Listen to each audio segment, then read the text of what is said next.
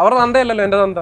അതാണല്ലോ വ്യത്യാസം. അപ്പൊ അങ്ങനെ ആക്കാനും ഊക്കാനും എല്ലാവർക്കും പറ്റും. ബാക്കപ്പ് ഉണ്ടെങ്കിൽ നമുക്ക് പറയാം, ഇവിടെ ഓടാവില്ലേ നീ ഒന്നും പറയുന്ന വെച്ചല്ലേ ഞാൻ ജീവിക്കുന്നത്. അതും പാടും ദുരിതമുള്ളവരാണെങ്കിൽ അവർക്ക് ആഹാര സാധനം എത്തിക്കണമെങ്കിൽ മരുന്ന് എത്തിക്കണമെങ്കിൽ ഉറപ്പായിട്ടും അപ്പൊ ഞാൻ നന്മോരൊന്നുമല്ല, പണ്ടത്തിൽ ചെയ്തിട്ടില്ല. പക്ഷെ ഇപ്പൊ കൊല്ലത്തെയാണ് എല്ലാവരും കുറ്റം പറയുന്നത് അല്ലേ? ആ കൊല്ലത്തെ കുറ്റം പറയുന്നത് പറഞ്ഞോട്ടെ, എത്ര പേർക്ക് എത്ര ലേസ് വേണം ഞാൻ മേടിച്ചു കൊടുക്കാം. മൊത്തം നെഗറ്റീവാണ് വരുന്നത്. അത് പറഞ്ഞില്ലേ, ഒഴുക്കിനൊത്ത് നീന്താൻ എല്ലാവർക്കും ഇഷ്ടം. എന്റെ മനസാക്ഷി തോന്നുന്നത് ശരിയാണെങ്കിൽ നീ അത് ചെയ്യണം. കാര്യം അത് മറച്ചു വെച്ചുകൊണ്ട് നിനക്ക് ജീവിച്ചു കഴിഞ്ഞാൽ നിനക്ക് ഒരിക്കലും മനസ്സമാനം കിട്ടത്തില്ല. എന്നെ റിയാക്ട് ചെയ്ത പലരെയും ഇടിക്കാൻ പോയ ആളുകളുണ്ട് എന്റെ കൂട്ടത്തിൽ തന്നെ. മുസ്ലിയാരി കയറി പിടിച്ചൊരു പയ്യൻ പറഞ്ഞു അവനെ കൊണ്ടുപോയി ചെയ്തത്. പള്ളിയിലച്ചൻ കയറി പിടിച്ചൊരു പെങ്കൊച്ചു വിളിച്ചു, ഒരു സ്വാമി വിളിച്ച് പറഞ്ഞു, വേറൊന്നും പറഞ്ഞില്ല.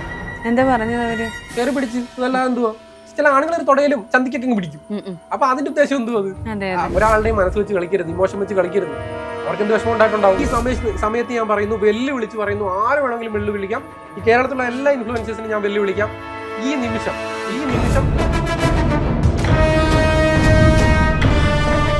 സ്വാപ്പിന്റെ കാര്യം പറഞ്ഞപ്പോ കേരളത്തിൽ ആ വിഷയം ചർച്ചയായത് തന്നെ ഇക്കയുടെ ആ വ്ളോഗ് കണ്ടപ്പോഴും.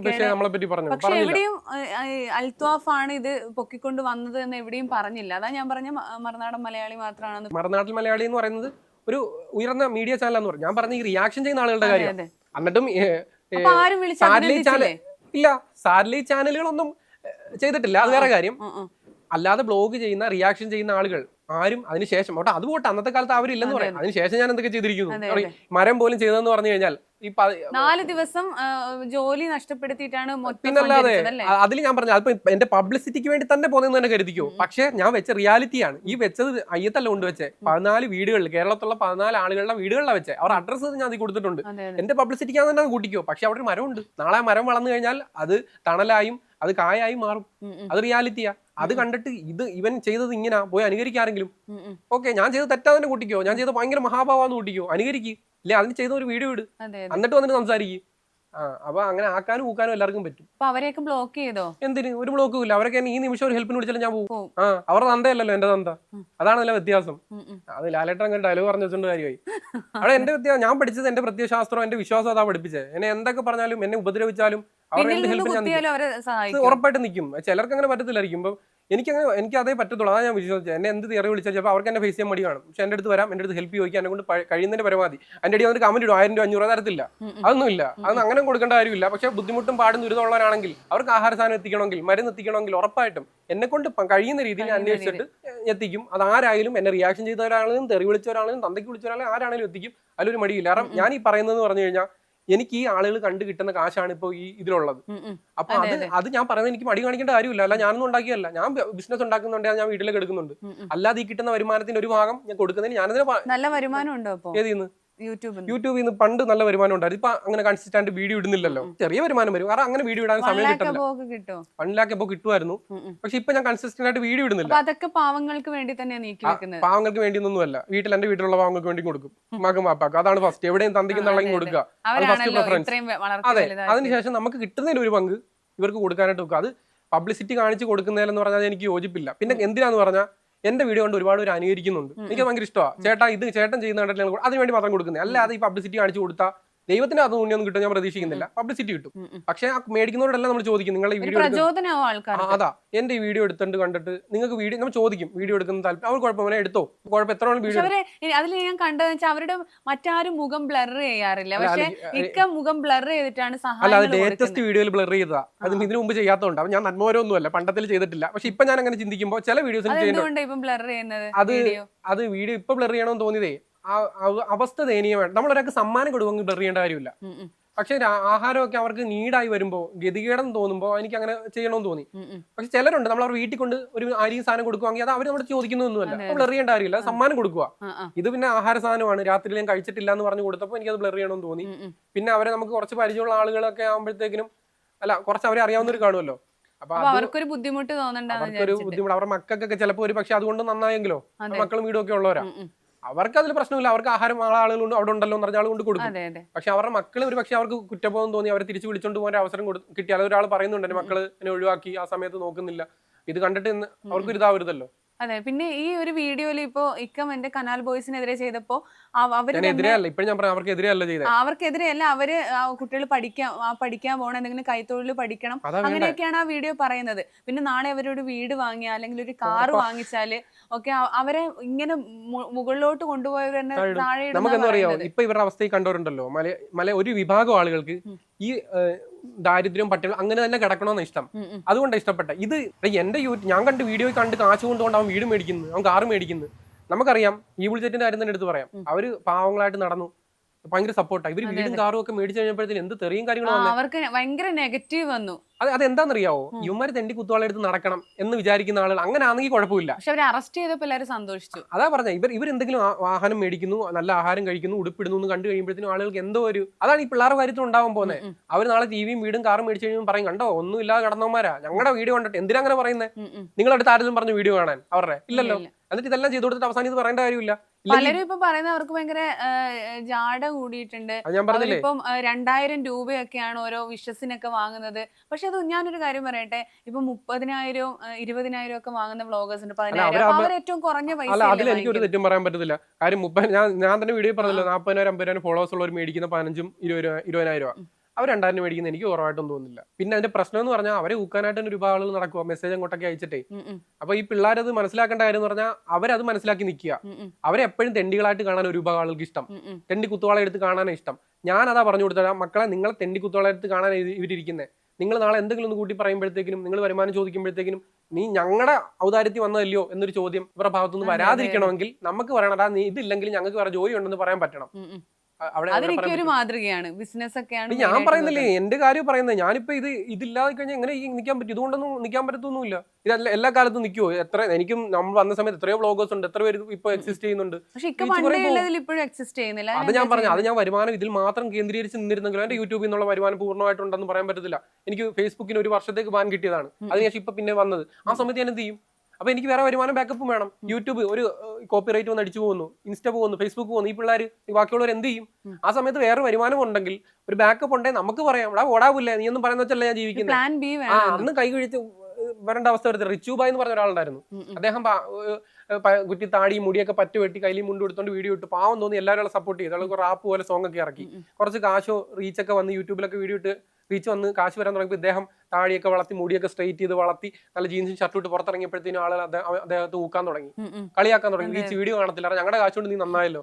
പിറ്റേ ദിവസം ഇപ്പൊ ആ മനുഷ്യൻ എന്ത് ചെയ്യുന്നറിയാവോ? റീച്ച് കിട്ടാൻ വേണ്ടി പഴയ മുടിയും പറ്റുവെട്ടി താടിയും പഠിച്ച് കയ്യിൽ കൊടുത്ത് നടക്കുന്നു. ഗതിയോടെ ആലോചിച്ച് നോക്കി. അയാൾക്ക് അയാളായിട്ട് ജീവിക്കാൻ പറ്റാത്ത അവസ്ഥയിലേക്ക് ആക്കി കൊടുത്ത ആരും ഒരു വിഭാഗം ആളുകൾ. ഈ കമന്റ് ഇവന്മാരെ സപ്പോർട്ട് ചെയ്യുന്ന ആളുകൾ, ഈ പറയുന്നവരെല്ലാം സപ്പോർട്ട് ചെയ്യുന്ന ആളുകൾ നാളെ ഇവരെ തന്നെ ഇവർക്ക് തുരങ്കം വെച്ച് കൊടുക്കുക. ഇവിടെ എല്ലാം നമ്മളൊരു മാനേജ്മെന്റ് വേണം. അത് ഏറ്റവും നല്ല രീതി യൂസ് ചെയ്തെന്ന് പറഞ്ഞാൽ അർജു ആണ്.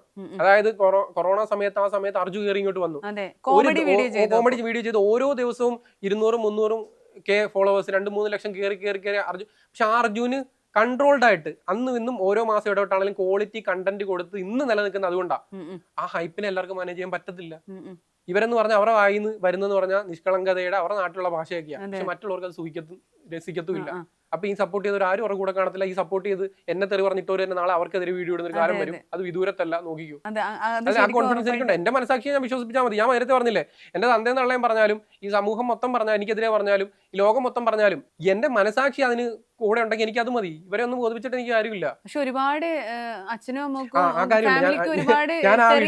ഞാൻ ആ വീഡിയോക്കകത്തൊരു കാര്യം പറഞ്ഞേ, എന്റെ തന്തയും തള്ളയൊക്കെ തെറി വിളിച്ചോ, എന്നെ വേണമെങ്കിലും വിളിച്ചോ, പക്ഷെ അത് ഞാൻ പറയേണ്ടി അത് തന്തേ ദൈവം എനിക്ക് നിങ്ങൾ എന്നെ തെറി വിളിച്ചോ, തന്തേം തള്ളയും വിളിക്കായിരിക്കും, കാരണം അവർ വേറെ വ്യക്തികളല്ലേ.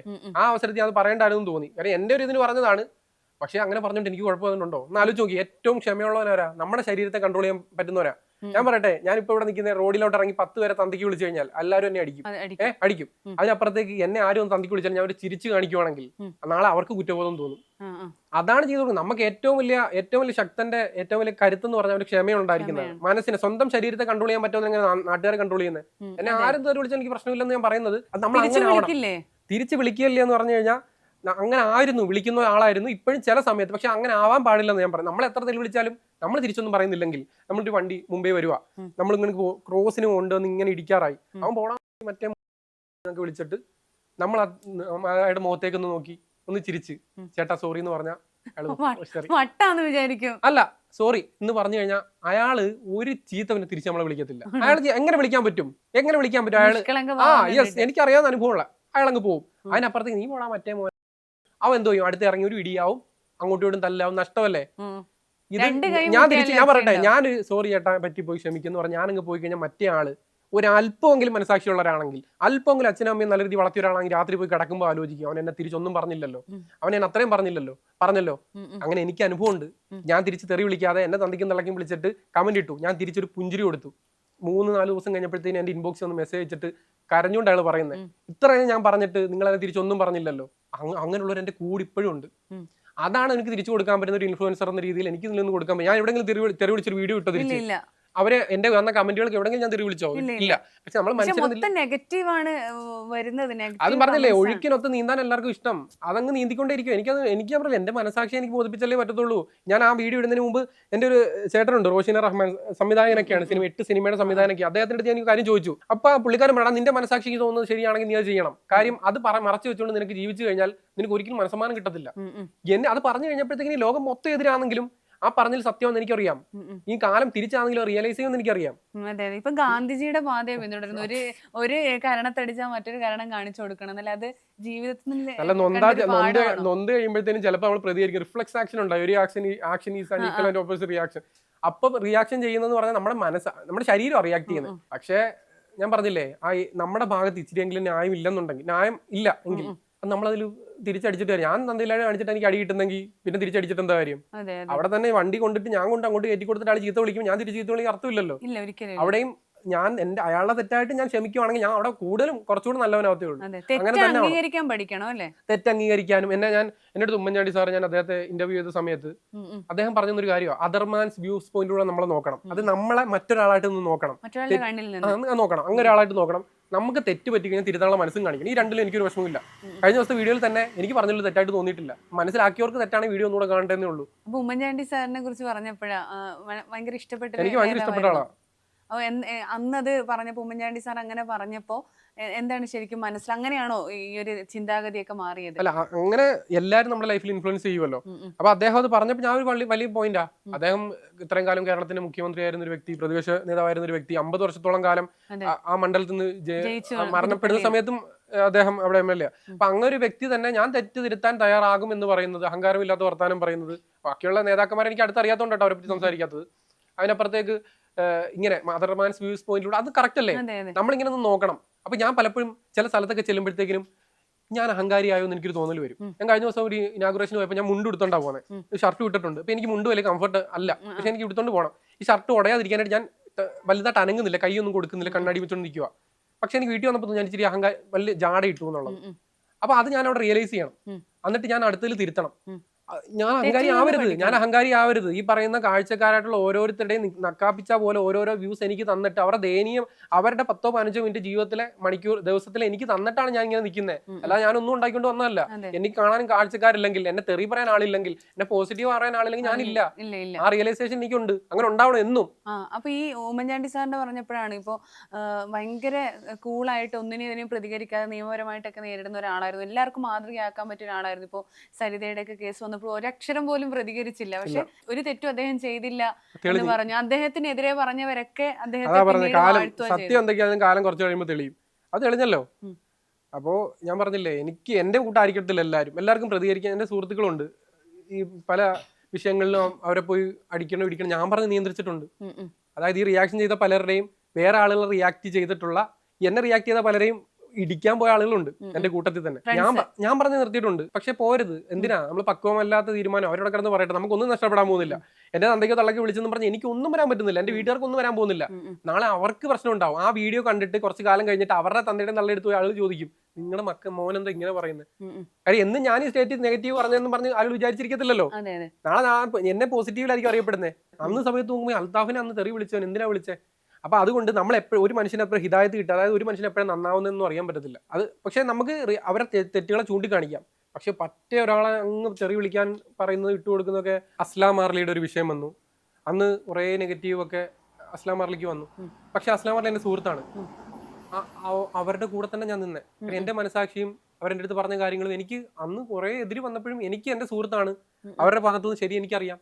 അന്ന് ഞാൻ അവരുടെ കൂടെ നിൽക്കാൻ എനിക്ക് തോന്നിയത്. അന്ന് എനിക്ക് ഒറ്റ കൊടുക്കാനുണ്ടായിരുന്നു, എനിക്ക് ഒത്തിരി റീച്ചും കാര്യങ്ങളും കിട്ടും ആവശ്യമോ. അപ്പോൾ അന്ന് ഞാൻ പറഞ്ഞില്ല, എന്റെ മനസാക്ഷിയാണ്. എന്റെ സുഹൃത്തുക്കൾ ഒരാളുടെ എനിക്ക് സ്ട്രോങ് ആയിട്ട് തോന്നിക്കഴിഞ്ഞാൽ, അവർ ജെന്യൂൻ ആണെന്ന് തോന്നിക്കഴിഞ്ഞാൽ, അവരുടെ ഭാഗത്ത് നിന്ന് കേട്ട് കഴിഞ്ഞാൽ എനിക്ക് അങ്ങനെ നിൽക്കാൻ തോന്നും. പക്ഷെ ഒരു സുഹൃത്ത് തെറ്റ് ചെയ്ത ഞാൻ സമൂഹത്തിന് ഇട്ടുകൊടുക്കുകയല്ല എന്റെ കടിച്ചു കയറാൻ. എനിക്ക് വിളിച്ചിട്ട് പറയാം, നീ ചെയ്ത തോന്നിയാസമാണ് എന്ന് എനിക്ക് അവരോട് പറയാനുള്ള ഓപ്ഷൻ ഉണ്ട്. അല്ലാതെ സമൂഹത്തിൽ പറയുമ്പോൾ ആ രീതിയിൽ വിമർശിച്ച് പറയാനും എനിക്കറിയാം. വാൽവിന് ഹോളുള്ള ഒരു ചേച്ചി എന്നെ വിളിച്ച് വീഡിയോ ചെയ്യും. ഞാൻ വീഡിയോ ചെയ്തു, ഒരു 25,000 രൂപ അപ്പോൾ ഒരാൾ അയച്ചു കൊടുത്തു. ഇത് എനിക്ക് കിട്ടുന്ന ഹാപ്പിനെസ് അതല്ലേ? അതാണ് എനിക്ക് കിട്ടേണ്ട ഹാപ്പിനെസ്. നമ്മളൊരു കിഡ്നി പേഷ്യന്റ് വീഡിയോ ചെയ്തു, 2 ലക്ഷത്തോളം രൂപ. നമ്മുടെ ഇൻസ്റ്റയിലുള്ള സുഹൃത്തുക്കളാണ് നമ്മുടെ വീഡിയോ കണ്ടിട്ടാണ് അത് ഇട്ട് കൊടുക്കുന്നത്. അത് എനിക്കതിൽ ഏറ്റവും സന്തോഷം. കാരണം എന്റെ വീഡിയോ കണ്ടാൽ ഇട്ട് കൊടുക്കുന്നില്ലേ, അതിൽ എന്റെ ഹാപ്പിനെസ്. അത് കണ്ട് നിൽക്കുന്ന ഞാൻ, എനിക്ക് എങ്ങനെ പറയാൻ പറ്റും എവിടെ കിടന്നിട്ട് എനിക്ക് മന്തി കഴിച്ചില്ല, എനിക്ക് സിനിമാ തിയേറ്ററിൽ പോയില്ല, എനിക്കത് ഒരിക്കലും അങ്ങനെ ദാരിദ്ര്യത്തെയോ അങ്ങനത്തെ ഞങ്ങൾ പാവങ്ങളെ എനിക്കത് തോന്നുന്നില്ല. അതിനപ്പുറത്തേക്ക് നോക്കേണ്ട ഒരുപാട് കാര്യങ്ങൾ, അപ്പുറത്തേക്ക് സഹായിക്കുന്ന ഒരാളാണ്. അതുകൊണ്ട് എല്ലാവരുടെയും എനിക്ക് അതാണ് ഏറ്റവും വലിയ വിഷമം തോന്നിയെന്ന് പറഞ്ഞു കഴിഞ്ഞാൽ, ഞാൻ പറഞ്ഞില്ല, ഒരു കടപ്പുറത്തൊരു വീഡിയോ ചെയ്യാനായിട്ട് പോട്ടെ, അവിടുത്തെ അവസ്ഥയെന്ന് പറഞ്ഞാൽ പാമ്പ് കയറി ചെല്ലും ആ വീട്ടിൽ. 2 പെൺകുട്ടികളാണുള്ള, ഷീറ്റ് മാത്രം, കാറ്റ് വന്നാൽ പൊളിഞ്ഞു വീഴും. അവർക്കൊരു വീട് വരെ കിട്ടിയിട്ടില്ല, സർക്കാർ കൊടുത്തിട്ടില്ല. ഇത് കെട്ടിയിട്ടുണ്ട്. നമ്മുടെ സർക്കാർ മാറി വരുന്ന സർക്കാരല്ലേ, 5 വർഷം കഴിയുമ്പോഴത്തേന് അവർ കൊടുക്കാന്ന് പറയും. അടുത്ത് സർക്കാർ മാറി ഇവർ കൊടുക്കും. ഒരു ഇത് കെട്ടിയിട്ടുണ്ട്, 2 പെൺപിള്ളേര്. ഈ തള്ളയ്ക്ക് കൈ ഇങ്ങനെ ഇരിക്കുവാ. ആരെങ്കിലും വീഡിയോ കാണുന്നുണ്ട് ദയവ് ചെയ്തിട്ട്, അത് എന്താ പറയാ, പെരുമാതുറ എന്ന് പറയുന്ന സ്ഥലത്താ. എന്റെ ആ വീഡിയോ 1 മില്യൺ ഒക്കെ കയറിയതാ. അവർക്കൊക്കെയാണ് കിട്ടി. എനിക്ക് വീഡിയോ ചെയ്യാനല്ലാതെ, എനിക്ക് ഒരു വീഡിയോ ചെയ്ത് കൊടുക്കാന്നുള്ളതല്ലാതെ, അരിയോ സാധനങ്ങളോ മേടിച്ചു കൊടുക്കാന്നുള്ളതല്ലാതെ, ഒരു വീട് വെച്ച് കൊടുക്കാനുള്ള അതൊക്കെ നമുക്ക് അത്രത്തോളം കപ്പാസിറ്റി നമുക്ക് ഇല്ലല്ലോ. നമ്മൾ അത്രയ്ക്കോളം വരുമാനം നമുക്ക്, ഞാൻ പറഞ്ഞില്ലേ, ഒരു വീട് വെക്കണമെങ്കിൽ എങ്ങനെ പോലെ 5-6 ലക്ഷം രൂപ വേണ്ടേ. അതൊക്കെ ഈ പറയുന്നോട്ട് പലരും ഇവരെ കൊതിപ്പിച്ച് വിളിക്കുകയും ചെയ്യും. എന്നിട്ട് എന്റെ അടുത്ത് തന്നെ വിളിച്ചിട്ടുണ്ട്, ഞാൻ കോൺടാക്ട്. അപ്പൊ ഞാൻ പറഞ്ഞ നമ്പർ കാര്യങ്ങൾ കൊടുക്കും, പക്ഷെ അവർ ആ വഴിക്ക് അങ്ങ് പോകും. ചിലപ്പോൾ ഒരു പക്ഷേ പബ്ലിസിറ്റിക്ക് വേണ്ടി വരും. പക്ഷെ ഞാൻ പറഞ്ഞ അങ്ങനെയുള്ളവർ എനിക്കതായിരിക്കും, ഞാൻ അവിടുന്ന് നോക്കുക. അങ്ങനെ കാണുമ്പോഴത്തേന് എനിക്ക് എങ്ങനെ ഇതിനെയൊക്കെ റീച്ചായിട്ട് ഇതാകാൻ പറ്റും? എനിക്ക് ഞാൻ പറഞ്ഞ അങ്ങനെ ഒത്തിരി പേര് നിൽക്കുമല്ലേ, ഞാനെന്നല്ല, ഒരുപാട് പേർക്ക് നമ്മുടെ വീഡിയോ ചെയ്യുന്നവർക്കെല്ലാം ഇതുപോലത്തെ മെസ്സേജ് വരുന്നുണ്ട്. കഴിഞ്ഞ ദിവസം നമ്മുടെ ഏറ്റവും അടുത്ത സുഹൃത്താണ് നമ്മുടെ ബിഗ് ബോസിലെ സിജോയ്ക്ക് ഇതുപോലെ ഒരു പെൺകുട്ടി അയച്ചു കൊടുക്കുകയാണ്. അതിന് വീടില്ല, ഷെഡ്, ഒരു പ്ലാസ്റ്റിക് ഷീറ്റ് ഇട്ട ഷെഡാണ്. സിജോ എൻ്റെ അടുത്ത് പറഞ്ഞു നമുക്ക് തിരക്കണം. അവന്റെ നല്ല മനസ്സാണ് എൻ്റെ അടുത്ത് പറഞ്ഞാൽ നമുക്ക് തിരക്കണം. അപ്പൊ അവിടെയും ഞാൻ പറഞ്ഞില്ലേ, നമുക്ക് ഒരു ഫണ്ട് റേസ് നമുക്ക് കൊടുക്കാൻ പറ്റത്തില്ല. കാരണം ഇങ്ങനെയൊക്കെ ഫണ്ട് റേസ് ചെയ്യണമെന്നുണ്ടെങ്കിൽ ഒരു സംഘടന പോലെ രൂപീകരിച്ച് അതിൽ പ്രസിഡന്റും സെക്രട്ടറിയും പൗരസമിതിയൊക്കെ ആയിട്ട്, അല്ലാതെ നമുക്ക് ഗൂഗിൾ പേ നമ്പർ പോലും വെച്ച് കഴിഞ്ഞാൽ അങ്ങനെ നമുക്ക് ക്രൗഡ് ഫണ്ടിങ് പറ്റത്തില്ല. നമ്മളെ കൊണ്ട് കൊടുത്താൽ ഞാൻ പറഞ്ഞത് എന്ത് കൊടുക്കാൻ പറ്റും? നമുക്ക് തുച്ഛമായ വരുമാനമുള്ള ആളുകൾക്ക് അങ്ങനെ അവർക്ക് ഒരു വീടാവുമോ? അവിടെ കൃത്യമായി ഇടപെടൽ നടത്തണ്ടേ? ഇവിടെ ഞാൻ പറഞ്ഞിട്ടില്ലേ, കോടീശ്വരന്മാരും കോടികളും ഉള്ളവർക്ക് അപ്പുറത്തേക്ക് ദരിദ്രത താമസിക്കാൻ. ഞാൻ പറയട്ടെ, എത്ര വികസിത രാജ്യമാണ് ഇന്ത്യ എന്ന് പറഞ്ഞാലും, ഞാൻ പറയട്ടെ, ഒരു കൂട്ടം ദരിദ്രർ നമ്മുടെ നാട്ടിലുണ്ട്. ഞാൻ പറഞ്ഞില്ലേ, ആഹാരം 3 നേരം കൃത്യമായി വയറ് നിറച്ച് കഴിക്കാൻ, മന്തി അല്ല കേട്ടോ, സാധാരണ അരിയാഹാരം കഴിക്കാൻ പറ്റാത്തവരുണ്ട്. നമ്മുടെ അയൽപ്പക്കത്തുണ്ട്. ഞാൻ പറയട്ടെ, നമ്മുടെ കുടുംബത്തിലുണ്ട്, നമ്മുടെ തൊട്ടയലത്തുണ്ട്. വന്ന് പറയത്തില്ല ഇവര്. ഒരു ദിവസം 500 രൂപ കഴിച്ചു കൂട്ടാൻ പോകണമെന്നുണ്ടെങ്കിൽ ഓട്ടോ ഓടി കിട്ടുന്ന എല്ലാം കഴിഞ്ഞ് 300 രൂപ കഴിഞ്ഞിട്ട് അതിന് പിള്ളേരെയും പഠിപ്പിച്ചിട്ട് സ്വന്തമായിട്ട് ഉടുപ്പ് മേടിച്ചിടാൻ പറ്റാത്ത തന്തമാരുള്ളവരുണ്ട്, തള്ളമാരുള്ളവരുണ്ട്. ഈ കാക്കി ഇട്ടോണ്ടായിരിക്കും നടക്കുന്നത്. അവരെന്നിട്ട് പറയാൻ എനിക്ക് അത് മതിയെന്ന്. ഇതൊക്കെ ഇവരെ കണ്ടു കഴിയുമ്പോഴത്തേന് നമുക്ക് എങ്ങനെ പറയാൻ പറ്റും? അപ്പം എന്തുവാ എനിക്ക് ഞാൻ പറഞ്ഞില്ല, അങ്ങനെയൊക്കെ കാണുന്ന എനിക്ക് എങ്ങനെ പറയാൻ പറ്റും? ഇപ്പൊ ഒരുപാട് പേരങ്ങനെ പിന്നെ ഇക്കയുടെ അടുത്ത് എത്ര മെസ്സേജുകൾ വരാറുണ്ട് ഇങ്ങനെ സഹായം ചോദിച്ചിട്ട്, എന്തുവാ വീടില്ല, പൈസ തരണം. അത് കുറെ വരാറുണ്ട്, ജെന്യൂൻ അല്ലാത്ത ഫേക്ക് ആയിട്ടുണ്ട്. പക്ഷെ ഞാൻ പറഞ്ഞില്ല, ഇതൊക്കെ നമ്മൾ നിസ്സാരല്ലേ. നമ്മളെ കൊണ്ട് ഞാൻ പറഞ്ഞില്ലേ, നമുക്ക് 500, 1000, 2000 രൂപ അയച്ചു കൊടുക്കാന്നുള്ളതിൽ നമുക്ക് കിട്ടുന്ന ഒരു വരുമാനത്തിൽ നമുക്ക് എന്തെങ്കിലും കൊടുക്കാൻ. പക്ഷെ അവർക്കൊന്നും ആവുന്നില്ലല്ലോ. പക്ഷേ ഞാനൊരു 1000 കൊടുത്തു, ഒരു 10 പേര് 1000 കൊടുത്താലോ, ഒരു 20,000 കൊടുത്താൽ അതാവത്തില്ലേ? പക്ഷെ അതിനുപോലും നമ്മളെ സമ്മതിക്കും. അപ്പൊ ആരിലൊക്കെ ഇവിടെ പോന്നേ? അവിടെ ഈ പറയുന്ന കൂട്ട് അധ്വാനിക്കാൻ കഴിവുള്ളവരിൽ അപ്പുറത്തേക്ക് നമ്മുടെ എന്താ പറയാ, കഷ്ടപ്പാടുകൾ പറഞ്ഞ് ദാരിദ്ര്യം പറയുന്നവർക്കല്ലേ ഫോക്കസ് പോന്നേ? എല്ലാം അവരിലേക്കല്ലേ പോന്നേ? അതിനപ്പുറത്തേക്ക് ഈക്വൽ ആയിട്ടല്ലേ പോണ്ടേ? ഈ പറയുന്ന 2 പെൺമക്കളും ഈ പറയുന്ന തള്ളയുള്ളിടത്തേക്കല്ലേ പോണ്ടേ? ഈ പറയുന്ന ട്രാൻസ്ജെൻഡർ ആയിട്ടുള്ള ആ യുവതിയുടെ അവർക്കല്ലേ പോണ്ടേ? അതിനപ്പുറത്തേക്ക് ഈ ഹാർട്ട് രോഗിക്കല്ലേ പോണ്ടേ? ഈ കിഡ്നി രോഗിക്കല്ലേ പോണ്ടേ?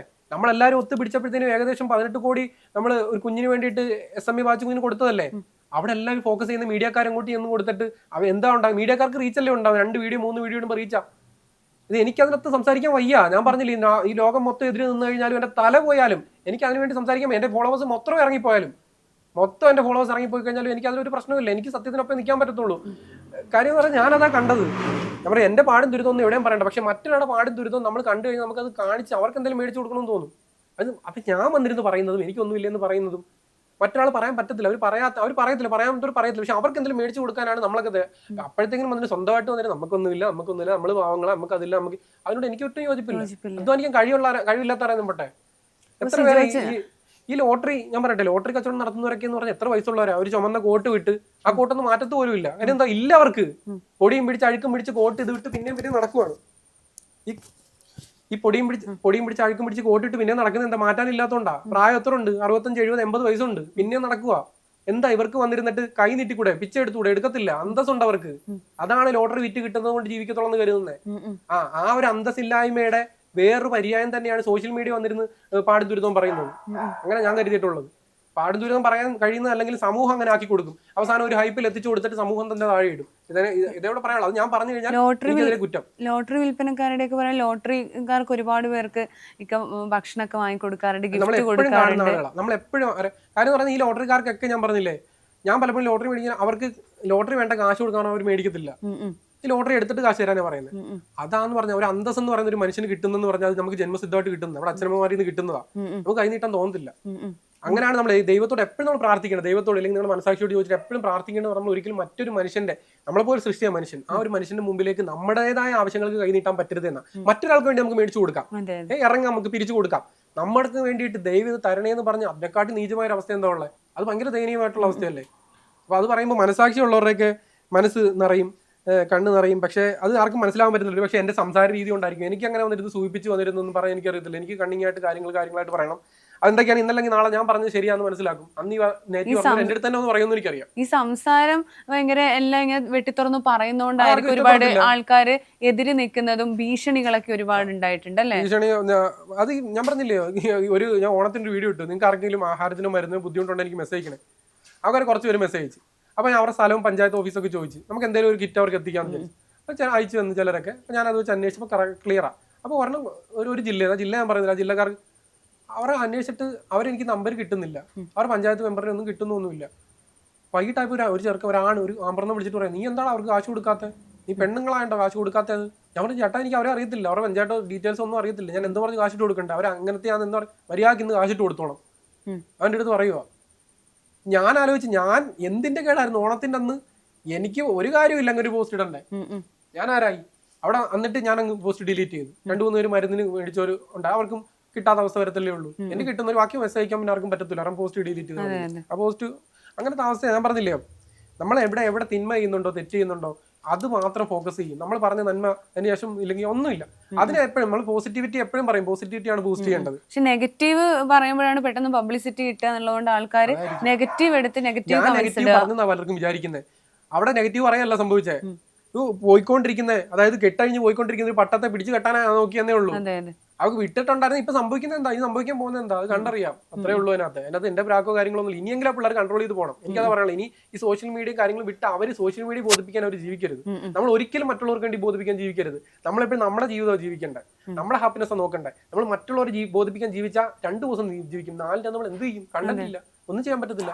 മിക്കയാണേലും ഈ എല്ലാം പ്രതികരിക്കുന്നോണ്ടായിരിക്കും കൊറോണ ടൈമിലാണ് നമ്മുടെ പബ്ലിക് റെസ്പോൺസ് നിർത്തി പുതിയ ചാനൽ തുടങ്ങി, റിയാക്ഷൻ ചാനൽ. ആ ചാനലിൽ തന്നെ റിയാക്ഷൻ. കാരണം അന്ന് നമുക്ക് പുറത്തിറങ്ങാൻ പറ്റുന്നില്ല. പിന്നെ റിയാക്ഷൻ നമ്മള് എന്താ പറയാ, സ്പീക്കപ്പ് എന്ന് പറയുന്ന ഒരു പ്രോഗ്രാം കൊണ്ടുവന്നു മലയാളത്തിൽ ആദ്യമായിട്ട്. 35 എപ്പിസോഡ് ചെയ്തു. അതായത് അവർക്ക് വിളിച്ച് നമ്മുടെ സംസാരിക്കാം എന്ത് വിഷയങ്ങളും. അവരുടെ പേര് പറയണ്ട, ഡീറ്റെയിൽസ് പറയണ്ട, ആരാന്ന് പറയണ്ട. അതിലാണ് ഒരു പെൺകുട്ടി വിളിച്ചത് കപ്പിൾ സ്വാപ്പിനെ അറസ്റ്റ് ചെയ്തത്. അങ്ങനെ ഒരുപാട് പെൺകുട്ടി വിളിച്ച് പറഞ്ഞു. മുസ്ലിയാരി കയറി പിടിച്ചൊരു പയ്യൻ പറഞ്ഞു, അവനെ കൊണ്ടുപോയി ചെയ്തത്. പള്ളിയിലച്ചൻ കയറി പിടിച്ചൊരു പെങ്കുച്ചി വിളിച്ചു, ഒരു സ്വാമി വിളിച്ച് പറഞ്ഞു, പേരൊന്നും പറഞ്ഞില്ല. എന്താ പറഞ്ഞത്? അവര് കയറി പിടിച്ച്, ഇതെല്ലാം എന്തുവാ, പള്ളിയിലച്ചൻ കയറി പിടിച്ച്, മുസ്ലിയാര് ഉസ്താദ് കയറി പിടിച്ച്, ഇതെല്ലാം വന്ന് പറഞ്ഞു. പറയുമ്പോഴത്തേക്കിനും അവന്റെ ഡീറ്റെയിൽസ് പുറത്ത് പറയുന്നില്ല. അവൻ എവിടാന്ന് മറ്റാളെയും പറയുന്നില്ല. അവന്റെ ലൈഫിലുള്ള സിറ്റുവേഷനാ പറയുന്നത്. അവരെ പറയേണ്ടതല്ലേ? അവർ പറയാൻ തയ്യാറല്ലല്ലോ. അവർ പറയാൻ തരില്ല. അവർ ഇത്രയും വർഷങ്ങൾ ആദ്യം പിടിച്ചൊരു പെൺകുട്ടിയാണ്. പെൺകുട്ടിയുടെ അമ്മാവന്റെ ഭാഗത്തുനിന്ന് ഉണ്ടായി, അമ്മാവന്റെ അപ്പൂപ്പന്റെ സ്ഥാനത്തുള്ളവരുടെ ഭാഗത്തുനിന്ന് ഉണ്ടായത്. ആ പെൺകുട്ടിയും അയാളുടെ പേര് പറഞ്ഞു. അയാൾക്കാണെങ്കിലും ഒത്തിരി പ്രായം, കൊച്ചുമക്കളൊക്കെ അയാളായി, വർഷങ്ങൾക്ക് മുമ്പുള്ള കാര്യമാണ്. പക്ഷെ ആ പെൺകൊച്ചിന് ബുദ്ധി ഉറങ്ങുന്ന സമയത്ത് അതിന് ഉപയോഗിച്ച കാര്യം അത് പറഞ്ഞു. ഫസ്റ്റ് എപ്പിസോഡ് അതായിരുന്നു. ഇന്ന് സമൂഹത്തിൽ നടക്കുന്ന കാര്യങ്ങൾ തന്നെയല്ല. ഞാൻ പറഞ്ഞു, അങ്ങനത്തെ എന്റെ കണ്ടന്റുള്ള ആരും കാണുന്നില്ല, ആർക്കും ഒന്നും കാണണ്ട. അതിനപ്പുറത്തേക്ക് വിവാദം ഇട്ട് ഞാൻ എന്തെങ്കിലും പറയാവോ, അല്ലെങ്കിൽ വിവാദമാവുന്ന 2 വിഷയം വരാവോ, ഉടനെ നമ്മളെ കയറി. ഇതൊന്നും ആർക്കും കാണാനും വയ്യ, ഒന്നുമില്ല. അത് കഴിഞ്ഞിട്ടാണ് നമ്മൾ റിയാക്ഷൻ നമ്മുടെ മനസ്സിലുള്ള ഒരു വിഷയത്തെക്കുറിച്ച് നമുക്ക് എവിടെയും പ്രതികരിക്കാൻ ഒരു വേദിയില്ല. അപ്പോഴാണ് നമ്മൾ സ്വന്തമായിട്ട് നമ്മുടെ പ്ലാറ്റ്ഫോമിൽ പ്രതികരിക്കുന്നത്. അങ്ങനെയാണ് റിയാക്ഷൻ വീഡിയോ ചെയ്യാൻ തുടങ്ങുന്നത് അല്ലേ? റിയാക്ഷൻ വീഡിയോ അങ്ങനെ. എനിക്കൊന്ന് ഞാൻ ബോച്ചയുടെ ഒരു വീഡിയോ ആദ്യം റിയാക്ട് ചെയ്തത്. ബോച്ച പിള്ളേർക്ക് അച്ഛനും അമ്മയും വീടില്ലാത്തോണ്ട് തീ കൊളുത്തി മരിച്ചായിരുന്നല്ലോ. അപ്പൊ ആ വിഷയം ബോച്ച വന്ന് സഹായിച്ച ആ സമയത്ത് ആ പിള്ളേർ വീഡിയോ ആദ്യം ചെയ്ത് എനിക്ക് ഓർമ്മയുണ്ട്. അതിനുശേഷം എനിക്ക് തോന്നി ഇതെന്താ പറഞ്ഞാല് നമുക്ക് തോന്നുന്നു തുറന്നു പറയാമല്ലോ. എല്ലാവർക്കും ഈ ഫോണുണ്ട്, നിങ്ങൾ എല്ലാവരും എനിക്ക് വീഡിയോ കാണുന്ന എല്ലായിടത്തും പറയുന്നത് നിങ്ങളുടെ അയലത്ത് നടക്കുന്നു, നിങ്ങളുടെ റോഡിൽ ടാപ്പ് പൊട്ടി കിടക്കുന്നു, നിങ്ങൾക്ക് ആദ്യം പോയി നിങ്ങളുടെ അവിടെ ചെയ്യേണ്ട കാര്യം ആദ്യം പോയി വീഡിയോ ഇടരുത് ടാപ്പ് പൊട്ടിയെന്ന് പറഞ്ഞു. നിങ്ങൾ ആദ്യം പോയി നിങ്ങളുടെ PWD ഓഫീസിൽ പറയാം അത് പൊട്ടി കിടക്കുന്നുണ്ട് ഒന്ന് കെട്ടണേ. 2 ദിവസമായിട്ട് വെള്ളം പോയിക്കൊണ്ടിരിക്കും, 3 വീഡിയോ ഇടണം. അത് അങ്ങനെ നമ്മൾ റിയാക്ട് ചെയ്തുകൊണ്ടിരിക്കണം. അല്ലാതെ പൊട്ടി ഉടനെ പോയിട്ട് നമുക്ക് കിട്ടാൻ പറ്റുന്നില്ല അവരുടെ അടുത്ത് പറഞ്ഞിട്ടും കേൾക്കുന്നില്ലെങ്കിൽ മാത്രം അല്ല പോയി ഉടനെ അത് പൊട്ടി ഉടനെ വീഡിയോ ഇട്ടിട്ട് ഇങ്ങനെ പറയുകയല്ല ചെയ്യേണ്ടത്. അപ്പൊ അങ്ങനത്തെ കുറച്ച് കാര്യങ്ങൾ അത് നമ്മളെല്ലാവരും പ്രതികരിക്കണം. എല്ലാവരും പ്രതികരിച്ച് കഴിഞ്ഞാൽ നോക്കിക്കോ സമൂഹം മാറും, സൊസൈറ്റി മാറും, നമുക്ക് മാറ്റം ഉണ്ടാവും, എനിക്ക് മാറ്റം ഉണ്ടാവും. ഞാൻ അത്ര പെർഫെക്റ്റ് ആണെന്നും പറയുന്നില്ല. ഞാൻ ഒരുപാട് ഉടായ്പുണ്ടായിരുന്നവനാ, ഞാൻ ഒരുപാട് പെൺപിള്ളേരെ പ്രേമിച്ചിട്ടുള്ളവനാ, അവരുടേതായ കാരണങ്ങളെല്ലാം ഞാൻ തേച്ചിട്ടുള്ളവനാ, അതിലെല്ലാം എനിക്ക് കുറ്റബോധം ഉള്ളവനാ. അവിടെ നിന്നോട്ട് ഞാൻ പറയുന്നത്, ഞാൻ പറഞ്ഞില്ലയോ എന്റെ പ്രായത്തിൽ ഞാൻ സീരിയസ് ആയിട്ടൊന്നുമില്ല പ്രേമിച്ചു, പക്ഷെ അവരൊക്കെ സീരിയസ് ആയിരുന്നു. അതിൽ നിന്നോട്ടാണ് ഞാൻ പറയുന്നത്, ഒരാളുടെയും മനസ്സ് വെച്ച് കളിക്കരുത്, ഇമോഷൻ വെച്ച് കളിക്കരുത്. അവർക്ക് എന്ത് വിഷമം ഉണ്ടായിട്ടുണ്ടാവും. പെൺകുട്ടികളെയാണല്ലേ പറയുന്നത് ചുമ്മാ എന്റെ അടുത്ത് വന്നിട്ടുള്ള പെൺപിള്ളേരെ അവരുടെ കാരണമില്ല ഞാനാ പറ്റിച്ചിട്ടുള്ളത്, ഞാനാ തേച്ചിട്ടുള്ളത്. പക്ഷെ അതൊന്നും ഒരു ചൂസ് ചെയ്തിട്ടുണ്ടല്ലോ, ചൂഷണമല്ലായിരുന്നു കേട്ടോ. റിഗ്രറ്റ് ആയി തോന്നുന്നുണ്ടോ? ഈ പിന്നല്ലാതെ റിഗ്രറ്റ് അല്ലേ, അതുകൊണ്ടല്ലേ എനിക്ക് ഇവിടെ പറയാൻ പറ്റുന്നത്. അങ്ങനെ ആരും ചെയ്യരുത്. കാര്യം തിരിച്ചൊരു തേപ്പ് എനിക്ക് കിട്ടുമ്പോഴാണ് അതിന്റെ വേദന ഞാൻ മനസ്സിലാക്കുന്നത്. ഒരു പ്രായത്തിൽ ഞാൻ പറയാം 10, 20, 22 വയസ്സിൽ നമ്മൾ ചെറുപ്രായത്തിലാ അന്ന്. പക്ഷെ ഇപ്പൊ നമ്മൾ നോക്കുമ്പോൾ എന്നാലും ഒരു വികാരം വെച്ച് കളിക്കുക. അതൊന്നും കളിക്കരുത്. എനിക്ക് എന്റെ ലൈഫ് വെച്ച് തന്നെ എനിക്കെല്ലാം പറഞ്ഞു കൊടുക്കാറുണ്ട്. യെസ്, എന്റെ ഇമോഷൻ ഞാൻ പറഞ്ഞ എല്ലാം ഒന്നെങ്കിൽ കണ്ടതോ അറിഞ്ഞതോ കേട്ടതോ ആയിട്ടുള്ള കാര്യങ്ങൾ മാത്രമേ ഞാൻ പ്രവർത്തിക്കത്തുള്ളൂ, ഇല്ലെങ്കിൽ പറയത്തുള്ളൂ. എവിടെങ്കിലും ഒക്കെ ഒന്നും കണ്ടത് ഇല്ലെങ്കിൽ സ്വന്തം ലൈഫിൽ അറിഞ്ഞത് ഇല്ലെങ്കിൽ ഞാൻ കേട്ടത്. തേപ്പ് കിട്ടിയിട്ടുണ്ടോ? തേപ്പ് കിട്ടിയിട്ടുണ്ട്. തേപ്പെന്ന് പറയുന്നത് വേണമെങ്കിൽ അവർക്ക് ഞാൻ അതിനെ കുറ്റപ്പെടുത്തത്തില്ല, അവരുടെ സാഹചര്യം അതായിരിക്കാം. നമുക്ക് അപ്പം 2 വിഷമം തോന്നും, പക്ഷെ നമുക്ക് സർവൈവ് ചെയ്യും. എനിക്ക് ഒരു തേപ്പും കിട്ടിയില്ലെങ്കിൽ, ഞാൻ ആ വേദന അറിഞ്ഞില്ലെങ്കിൽ നാളെ ഞാൻ ചില സിറ്റുവേഷൻ തരണം ചെയ്യാൻ പറ്റില്ല. തേപ്പ് കിട്ടിക്കഴിഞ്ഞാൽ അത് ഓവർകം ചെയ്യുന്നതിലൂടെ എനിക്ക് അടുത്ത വേറെ സിറ്റുവേഷൻസ് ഓവർകം ചെയ്യാൻ പറ്റും. അവരെല്ലാം ഞാൻ ഇവിടുന്ന് സംസാരിക്കുന്ന ഒരുപാട് പെമ്പിളാറിനെ ഹെൽപ്പ് ചെയ്തിട്ടുള്ളത്. രാത്രി കിടന്ന് ഒരുപാട് പെമ്പിളാരോട് സംസാരിച്ച് ഈ ടോക്കറ്റീവ് ആവാൻ സാധിച്ച അവരും കൂടെ കാരണമാണ്. എനിക്കിന്ന് ഇവിടെ ഇരിക്കാൻ അവരൊരു പ്രധാന കാരണമാണ്. എനിക്കില്ലെങ്കിൽ എല്ലാവരോടും ഡീറ്റെയിൽ എനിക്കിപ്പോ വിൻഷാടെ കണ്ണി നോക്കി സംസാരിക്കാൻ പറ്റുന്നുണ്ട്. ഒരു കാലത്ത് എനിക്ക് പെമ്പിളാറെ നെഞ്ചു നോക്കി സംസാരിക്കാൻ പറ്റത്തുള്ളായിരുന്നു. അതിൽ നിന്ന് മാറ്റം വന്നത് എവിടുന്ന ധ്യാൻ ശ്രീനിവാസന്റെ അദ്ദേഹത്തിന്റെ ലൈഫ് വെച്ച് പല കാര്യങ്ങളും പറയുന്നുണ്ട്. എന്തുകൊണ്ടാണ് ഇനിയുള്ള ലൈഫ് സമൂഹം അങ്ങനെ ആവരുതെന്ന് വെച്ചിട്ടാണ് പറയുന്നത്. ഞാൻ തന്നെ ഇന്ന് ലഹരിയുടെ കാലഘട്ടത്തിലാണ്. ജീവിതത്തിൽ ഇതുവരെ ഞാൻ സിഗരറ്റ് വലിച്ചിട്ടില്ല, കഞ്ചാവ് ഉപയോഗിച്ചിട്ടില്ല, കല്ല് പൊടിയൊന്നും ഉപയോഗിച്ചിട്ടില്ല, മദ്യപിച്ചിട്ടില്ല. സ്നേഹം മാത്രം, അതാണ് അൾട്ടിമേറ്റ് ലഹരിയായിട്ട് ഞാൻ കാണുന്നത്. ഇതൊന്നും ഞാൻ ചെയ്തിട്ടില്ല. പക്ഷെ എനിക്കിവിടെ ജീവിക്കാൻ പറ്റുന്നില്ലേ, നല്ല ഫുഡ് ഞാൻ ആസ്വദിക്കുന്നില്ലേ, എനിക്ക് നിങ്ങളോട്ടെല്ലാം പരിചയമില്ലേ, എനിക്ക് ഒത്തിരി സുഹൃത്തുക്കളില്ലേ, ഇതില്ലെങ്കിലും പറ്റും. എന്നൊന്നും ചെയ്തിട്ടില്ല. ഞാൻ ഈ സമയത്ത് ഞാൻ പറയുന്നു, വെല്ലുവിളിച്ച് പറയുന്നു, ആര് വേണമെങ്കിലും വെല്ലുവിളിക്കാം. ഈ കേരളത്തിലുള്ള എല്ലാ ഇൻഫ്ലുവൻസേഴ്സിനും ഞാൻ വെല്ലുവിളിക്കാം. ഈ നിമിഷം എന്റെ ബ്ലഡ് എടുത്തിട്ട് ലഹരി ടെസ്റ്റ് ചെയ്യാൻ ഞാൻ തയ്യാറാണ്. എത്ര പേർക്ക്, എത്ര സോഷ്യൽ മീഡിയയിലുള്ള എത്ര സിനിമാ താരങ്ങൾക്ക്, എത്ര രാഷ്ട്രീയ താരങ്ങൾക്ക് പറ്റും, പ്രൂവ് ചെയ്ത് കാണിക്കട്ടെ. ഇവിടെ പല രാഷ്ട്രീയ താരങ്ങളുണ്ടല്ലോ, ഇവിടെ കോൺഗ്രസ് ഉണ്ട്, കമ്മ്യൂണിസ്റ്റ് ഉണ്ട്, BJP ഉണ്ട്, ഇവിടെ സിനിമയിലുള്ള ആളുകളുണ്ടല്ലോ. ധൈര്യത്തിൽ മുന്നോട്ട് പോവാ. ഇവിടെ വന്നിട്ട് ഘോരം പ്രസംഗിക്കാതെ നിങ്ങളുടെ ബ്ലഡ് കൊടുക്കും. നിങ്ങൾ ബ്ലഡ് കൊടുത്തിട്ട് നിങ്ങൾ പ്രൂവ് ചെയ്യും നിങ്ങൾ ലഹരി മുക്തരാന്ന്. എന്നിട്ട് കിടന്ന് സംസാരിക്കും. ഇവിടെ കിടന്നുകൊണ്ട് വലിയ സംസാരിക്കും ലഹരിക്കെതിരെ. ഒരു സൈഡിൽ കൂടെ ഇവിടെ ഗവൺമെന്റ് തന്നെ മദ്യം കൊടുത്തോണ്ടിരിക്കും. അപ്പുറത്ത് വന്നിരുന്നോണ്ട് നമുക്ക് ഫിറ്റ് ആവണം. മുഖ്യമന്ത്രി പറഞ്ഞൊരു കാര്യമുണ്ട്, മദ്യം അപ്പുറത്തോടെ വിറ്റോണ്ടിരിക്കും, എന്നിട്ട് ഇപ്പുറത്ത് പറഞ്ഞ് നമ്മൾ ഫിറ്റ് ആവരുത്, നമ്മൾ ആരോഗ്യത്തോടെ ഫിറ്റ് ആവണം. അപ്പുറത്തോടെ മദ്യം കൊടുക്കുന്ന മുഖ്യമന്ത്രിയാണ് ഇത് പറയുന്നത്. മദ്യം ഗവൺമെന്റ് ടാക്സ് മേടിച്ച് വിൽക്കുന്ന ഒരു സാധനമാണ്. അതിനെ നമ്മൾ വിമർശിച്ചാലും ഗവൺമെന്റ് ആളുകൾ പറയും ഗവൺമെന്റ് കൊടുക്കുന്നുണ്ടല്ലോ, ഗവൺമെന്റ് കൊടുക്കുന്നതാ. പക്ഷേ കഞ്ചാവ് ഇവിടെ നിരോധിച്ച സാധനമാണ്, MDMA പോലത്തെ നിരോധിച്ച സാധനമാണ്. ഇതിവിടെ ഉപയോഗിക്കുന്നു. ഇതിനെ നമുക്ക് രക്തം ചെക്ക് ചെയ്യുന്നൂടെ നമുക്ക് മനസ്സിലാക്കാം ഇത് ഉപയോഗിച്ചിട്ടുള്ളവരാണ്. ഇത് വന്ന് ഘോരം സംസാരിക്കുന്നതിലൂടെ അല്ല. എന്നെ പോലെ നിങ്ങൾക്ക് ആരെ കൂടെ എൻ്റെ അടുത്ത് വരാം, ഞാൻ ഉടൻ തന്നെ ഒരു വീഡിയോ ഇറക്കും. ഞാൻ ചെക്ക് ഞാൻ പറഞ്ഞു ഇത്ര മാസത്തിന് മുമ്പുള്ള ഉപയോഗിച്ചിട്ടുണ്ടെങ്കിൽ കിട്ടും. 3 മാസം. അപ്പൊ ഇനി ഇപ്പൊ എന്തായാലും നാളെ വന്നാലും പറ്റുമല്ലോ, നാളെ എന്റെ അടുത്ത് വന്നാലും പറ്റും. ഞാൻ തയ്യാറാ, എന്റെ ബ്ലഡ് കൊടുക്കാം. ഒരു തുള്ളി ലഹരി അതിലില്ലെന്ന് 150% ഉറപ്പിൽ എനിക്ക് പറയാൻ പറ്റും. ഇത് കണ്ടോണ്ടിരിക്കുന്ന എത്ര പേർക്ക് പറയാൻ പറ്റും? അങ്ങനെ പ്രൂവ് ചെയ്യട്ടെ, അല്ലാതെ വന്നിട്ട് സംസാരിക്കുന്ന ഒരു കാര്യമില്ല. ഇതുവരെ ഒരു സിഗരറ്റ് പോലും വലിച്ചിട്ടില്ല. സ്വന്തം ശരീരത്തെ സ്നേഹിക്കുന്നോണ്ടാണോ അതോ ഇങ്ങനെ അല്ല, അങ്ങനെ പഠിച്ചിട്ടില്ല, വീട്ടിൽ നിന്നും പഠിച്ചിട്ടില്ല. പക്ഷെ എനിക്ക് ഈ സുഹൃത്തുക്കളെല്ലാം ഉണ്ട്. എനിക്ക് സിഗരറ്റ് വലിക്കുന്ന സുഹൃത്തുക്കളുണ്ട്, മദ്യപിക്കുന്ന സുഹൃത്തുക്കളുണ്ട്. ഒരിക്കൽ പോലും ഒരു പുകയെടുക്കാൻ തോന്നിയിട്ടില്ല. ഞാൻ എന്താണെന്നറിയാവോ, നമുക്ക് ജീവിതത്തിൽ എനിക്ക് ഇപ്പോഴും പറയാൻ പറ്റും, ഞാൻ ജീവിതത്തിൽ ഒരിക്കലും ഒരു പുക പോലും എടുത്തിട്ടില്ലെന്ന് പറഞ്ഞു. ഞാൻ ഒരു പഫിന്റെ പകുതിയെങ്കിലും എടുത്താൽ ജീവിതത്തിൽ ഒരിക്കലും എനിക്ക് സിഗരറ്റ് വലിച്ചിട്ടില്ലാത്തവനാന്ന് പറയാൻ പറ്റത്തില്ല. മദ്യത്തിന്റെ ഒരു തുള്ളിയെങ്കിലും ഞാൻ കുടിച്ചിട്ടുണ്ട്, ജീവിതത്തിൽ ഒരിക്കലും ഞാൻ മദ്യം ടേസ്റ്റ് ചെയ്തിട്ടില്ലാത്തവനാന്ന് എനിക്ക് പറയാൻ പറ്റത്തില്ല. ഇന്ന് എനിക്ക് പറയാൻ പറ്റും, ഒരു തുള്ളി ഞാൻ ടേസ്റ്റ് ചെയ്തിട്ടില്ല. ഒരു തുള്ളിയെങ്കിലും ഞാൻ ടേസ്റ്റ് ചെയ്തിട്ടുണ്ടെങ്കിൽ ആ ഫീല് പോയി. എല്ലാവരും ഇല്ല, അവരെ പോലെ ഞാനും ആയി. കുടിക്കാൻ എല്ലാവർക്കും പറ്റുമല്ലോ, വലിക്കാൻ എല്ലാവർക്കും പറ്റും. പക്ഷെ വലിക്കാൻ ജീവിതം നിർത്തുന്നവനല്ലേ ഏറ്റവും നല്ല ജീവിതത്തിൽ. ഞാൻ പറയുന്നത് ഈ നിമിഷം വരെ ചെയ്തു, അതിനപ്പുറത്തേക്ക് ഇനി ചെയ്യാതിരിക്കാനുള്ളൊരു ഞാൻ ചെയ്തിട്ടില്ല എന്നുള്ളത് ഒരു പക്ഷേ അത് എന്റെ എന്തുകൊണ്ടാണ് ചെയ്തില്ല. അതിനെക്കാട്ടിൽ ഭാഗ്യവാൻ, അതിനെക്കാട്ടിൽ മനക്കെട്ടി ഉള്ളവൻ എന്ന് പറഞ്ഞാൽ ചെയ്തുകൊണ്ടിരിക്കുന്നത് സ്റ്റോപ്പ് ചെയ്യുന്നവനാ. സ്റ്റോപ്പ് ചെയ്യാൻ തയ്യാറാവട്ടെ. തെറ്റ് തിരുത്താൻ ആഫ്റ്റർ 3 മന്ത് നിങ്ങൾ ബ്ലഡ് ടെസ്റ്റ് ചെയ്യും, എന്നിട്ട് അതിന്റെ റിസൾട്ട് പുറത്തേക്ക് കാണിക്കും. സോഷ്യൽ മീഡിയയിൽ വന്ന് നിന്നുകൊണ്ടാണ് എന്റെ ബ്ലഡ് ടെസ്റ്റ് എന്ന് പറഞ്ഞ് എടുത്ത് കാണിക്കും. ഏറ്റവും വലിയ ഇൻഫ്ലുവൻസർ ആവും നിങ്ങൾ, ഏറ്റവും വലിയ സിനിമ നടനാവും നിങ്ങൾ. ഇത്ര ധൈര്യത്തെ പറഞ്ഞെങ്കിൽ നിങ്ങൾക്ക് എന്റെ അടുത്ത് ടെസ്റ്റ് ചെയ്യാമല്ലോ. അത് ഇല്ലാത്തതുകൊണ്ടാണ്. അപ്പൊ ആൾക്കാർ പണ്ട് വലിച്ചിട്ടുണ്ടെങ്കിൽ അല്ലെങ്കിൽ പണ്ട് മയക്കുമരുന്ന് രക്തത്തിൽ ഉണ്ടാവില്ലല്ലോ. അല്ല പണ്ടില്ല, ചിലപ്പോ കമന്റുകൾ അങ്ങനെയാണ്. അങ്ങനെ എന്തെങ്കിലും ടെസ്റ്റ് ചെയ്യാൻ ഓപ്ഷൻ ഉണ്ട്, അതും ചെയ്തു. പണ്ടുമില്ല, പണ്ട് ഞാൻ കുടിച്ചിട്ടില്ല, വലിച്ചിട്ട് കാര്യം അങ്ങനെ ഉണ്ടെങ്കിൽ പണ്ട് കുടിച്ചു. എനിക്ക് അങ്ങനെ നന്മയായിക്കൂടെ. എനിക്ക് ഒരു കാറ് വാങ്ങിയ സമയത്ത് ഒരു ക്യാപ്ഷൻ ഇട്ടായിരുന്നു, അതിന് ഭയങ്കര ഡിഫറെന്റ് ആയിട്ടായിരുന്നു, മാറ്റി നിർത്തപ്പെട്ടവന്റെ വിജയം എന്ന്. ശരിക്കും ഒരുപാട് സ്ഥലങ്ങളിൽ അങ്ങനെ മാറ്റി നിർത്തപ്പെട്ടിട്ടുണ്ടോ? ഞാൻ പറഞ്ഞില്ല, സ്കൂളിൽ നിന്ന് ഫസ്റ്റ് ഞാൻ തുടക്കം എന്ന് പറഞ്ഞല്ലോ. നമ്മൾ അന്ന് ആരെങ്കിലും ഒക്കെ തിരിച്ചറിഞ്ഞിരുന്നെങ്കിൽ ഒന്ന് മൈൻഡ് ചെയ്തിരുന്നു ടീച്ചേഴ്സൊക്കെ. അന്ന് ഞാൻ ഫ്രണ്ട് ബെഞ്ച് ഞാൻ പറയുന്നില്ല, പഠിക്കുന്ന കുറച്ച് പിള്ളേരെ കൊണ്ട് അവിടെ എത്തിയിട്ട് ഒരു പക്ഷേ അന്നപ്പോ ചോദിക്കാൻ നിനക്ക് എന്താ മുന്നിലേക്ക് വന്നുകൂടെ എനിക്ക് സംസാരിച്ചു. അന്ന് നമുക്ക് അത്ര പ്രായമില്ലേ, നമുക്ക് ഒരു 13, 12, 14 വയസ്സേ ഉള്ളൂ. നമുക്ക് ഭയങ്കര ആഗ്രഹം ഉള്ളിൽ കിടപ്പുണ്ട്. അപ്പൊ അവിടുന്ന് വന്ന് കയറുന്നു. +2 ഇതേ അവസ്ഥ. +2 വന്നപ്പോഴത്തേക്കിനും എല്ലാം ഞാൻ മലയാളം മീഡിയം പഠിച്ചത്. +2 ഇപ്പൊ ഇംഗ്ലീഷ് ആണല്ലോ മൊത്തം. അവിടെ ഇംഗ്ലീഷ് മീഡിയത്തിലുള്ള പിള്ളേരാ, അവരൊരു ഗ്യാങ്ങായി നമ്മൾ അവിടെയും തഴയപ്പെട്ടു. അതിൽ നിന്നൊക്കെ നമുക്ക് വന്നപ്പോഴത്തേക്കിനും ഇങ്ങനെ കയറി വരണമെന്ന് ആഗ്രഹിച്ച് ഇങ്ങനെ നമ്മൾ കുതിക്കാൻ നിൽക്കുമല്ലേ. അപ്പൊ അങ്ങനെ വന്നത് കൊണ്ടാണ് ഞാൻ അങ്ങനത്തെ എല്ലാം ദൈവാനുഗ്രഹം. പിന്നെ ഈ വീഡിയോ കണ്ടവരൊക്കെ കുറച്ച് വീഡിയോ ആളുകൾ കണ്ടത് കൊണ്ടും പ്രൊമോഷൻ കിട്ടിയത് കൊണ്ടൊക്കെ കിട്ടിയ വരുമാനം. അല്ല അവിടെ ഒന്നും എന്റെ കഴിവെന്ന് ഞാൻ പറയുന്നില്ല. എന്നെ ആളുകൾ സപ്പോർട്ട് ചെയ്തത് കൊണ്ടും ദൈവാനുഗ്രഹിച്ചുകൊണ്ടും മാത്രമാണ്. അല്ലെങ്കിൽ ഇപ്പൊ എന്നെ പോലെ വീഡിയോ ചെയ്ത് തുടങ്ങിയ, എന്നെ പോലെ ജനിച്ച പല ആളുകളും പല രീതിയിലായില്ലേ. നമ്മുടെ അധ്വാനം എന്ന് തന്നെ പറയാം. എന്റെ അധ്വാനം പ്ലസ് ആളുകളുടെ സപ്പോർട്ടും ദൈവത്തിന്റെ അനുഗ്രഹവും. അല്ലാതെ ഒരിക്കലും ഞാൻ ചുമ്മാ പാടും തിരുന്ന് പറഞ്ഞ് വീട്ടിലിരുന്ന് എനിക്കൊന്നും കിട്ടത്തില്ല. പിന്നെ ഇങ്ങനെ തന്നെ മുന്നോട്ട് പോകാൻ ഒരുപാട് പേര് ഫോട്ടോ ഒക്കെ എടുക്കാറുണ്ടാവുമല്ലോ, സെൽഫി ഒക്കെ. ഫോട്ടോ ഒരു സമയം ഞാൻ ഫസ്റ്റ് എന്റെ വീഡിയോ വൈറലാണ്, സണ്ണി ചേച്ചി ഉയരെന്ന് പറഞ്ഞിട്ട് ഞാൻ ചോദ്യം ചോദിച്ചിട്ടാ. ആ സമയത്ത് ഞാൻ കൊല്ലത്തൊരു പ്രോഗ്രാമിന് ഒരു ജിമ്മിന്റെ ട്രെയിനറായിട്ടാണ്, ജിമ്മ് തുടങ്ങിയിട്ടില്ല, ജിമ്മിന്റെ ട്രെയിനറായിട്ട് പഠിക്കാൻ പോകുന്ന സമയത്താണ് ആ ട്രെയിനിൽ വെച്ച് ചോദ്യമാണ് വൈറലാവുന്നത്. അതിന്റെ പിറ്റേ ദിവസം ഞാൻ കോട്ടയത്ത് പോകേണ്ട ഒരു ആവശ്യം വരുന്നുണ്ട്. അങ്ങനെ ഞാൻ കോട്ടയത്ത് ഒരു കാര്യമായിട്ട് റെയിൽവേ സ്റ്റേഷനിൽ പോയിട്ട് പ്ലാറ്റ്ഫോമിൽ അങ്ങോട്ട് ഇങ്ങോട്ട് ഞാൻ നടക്കുക.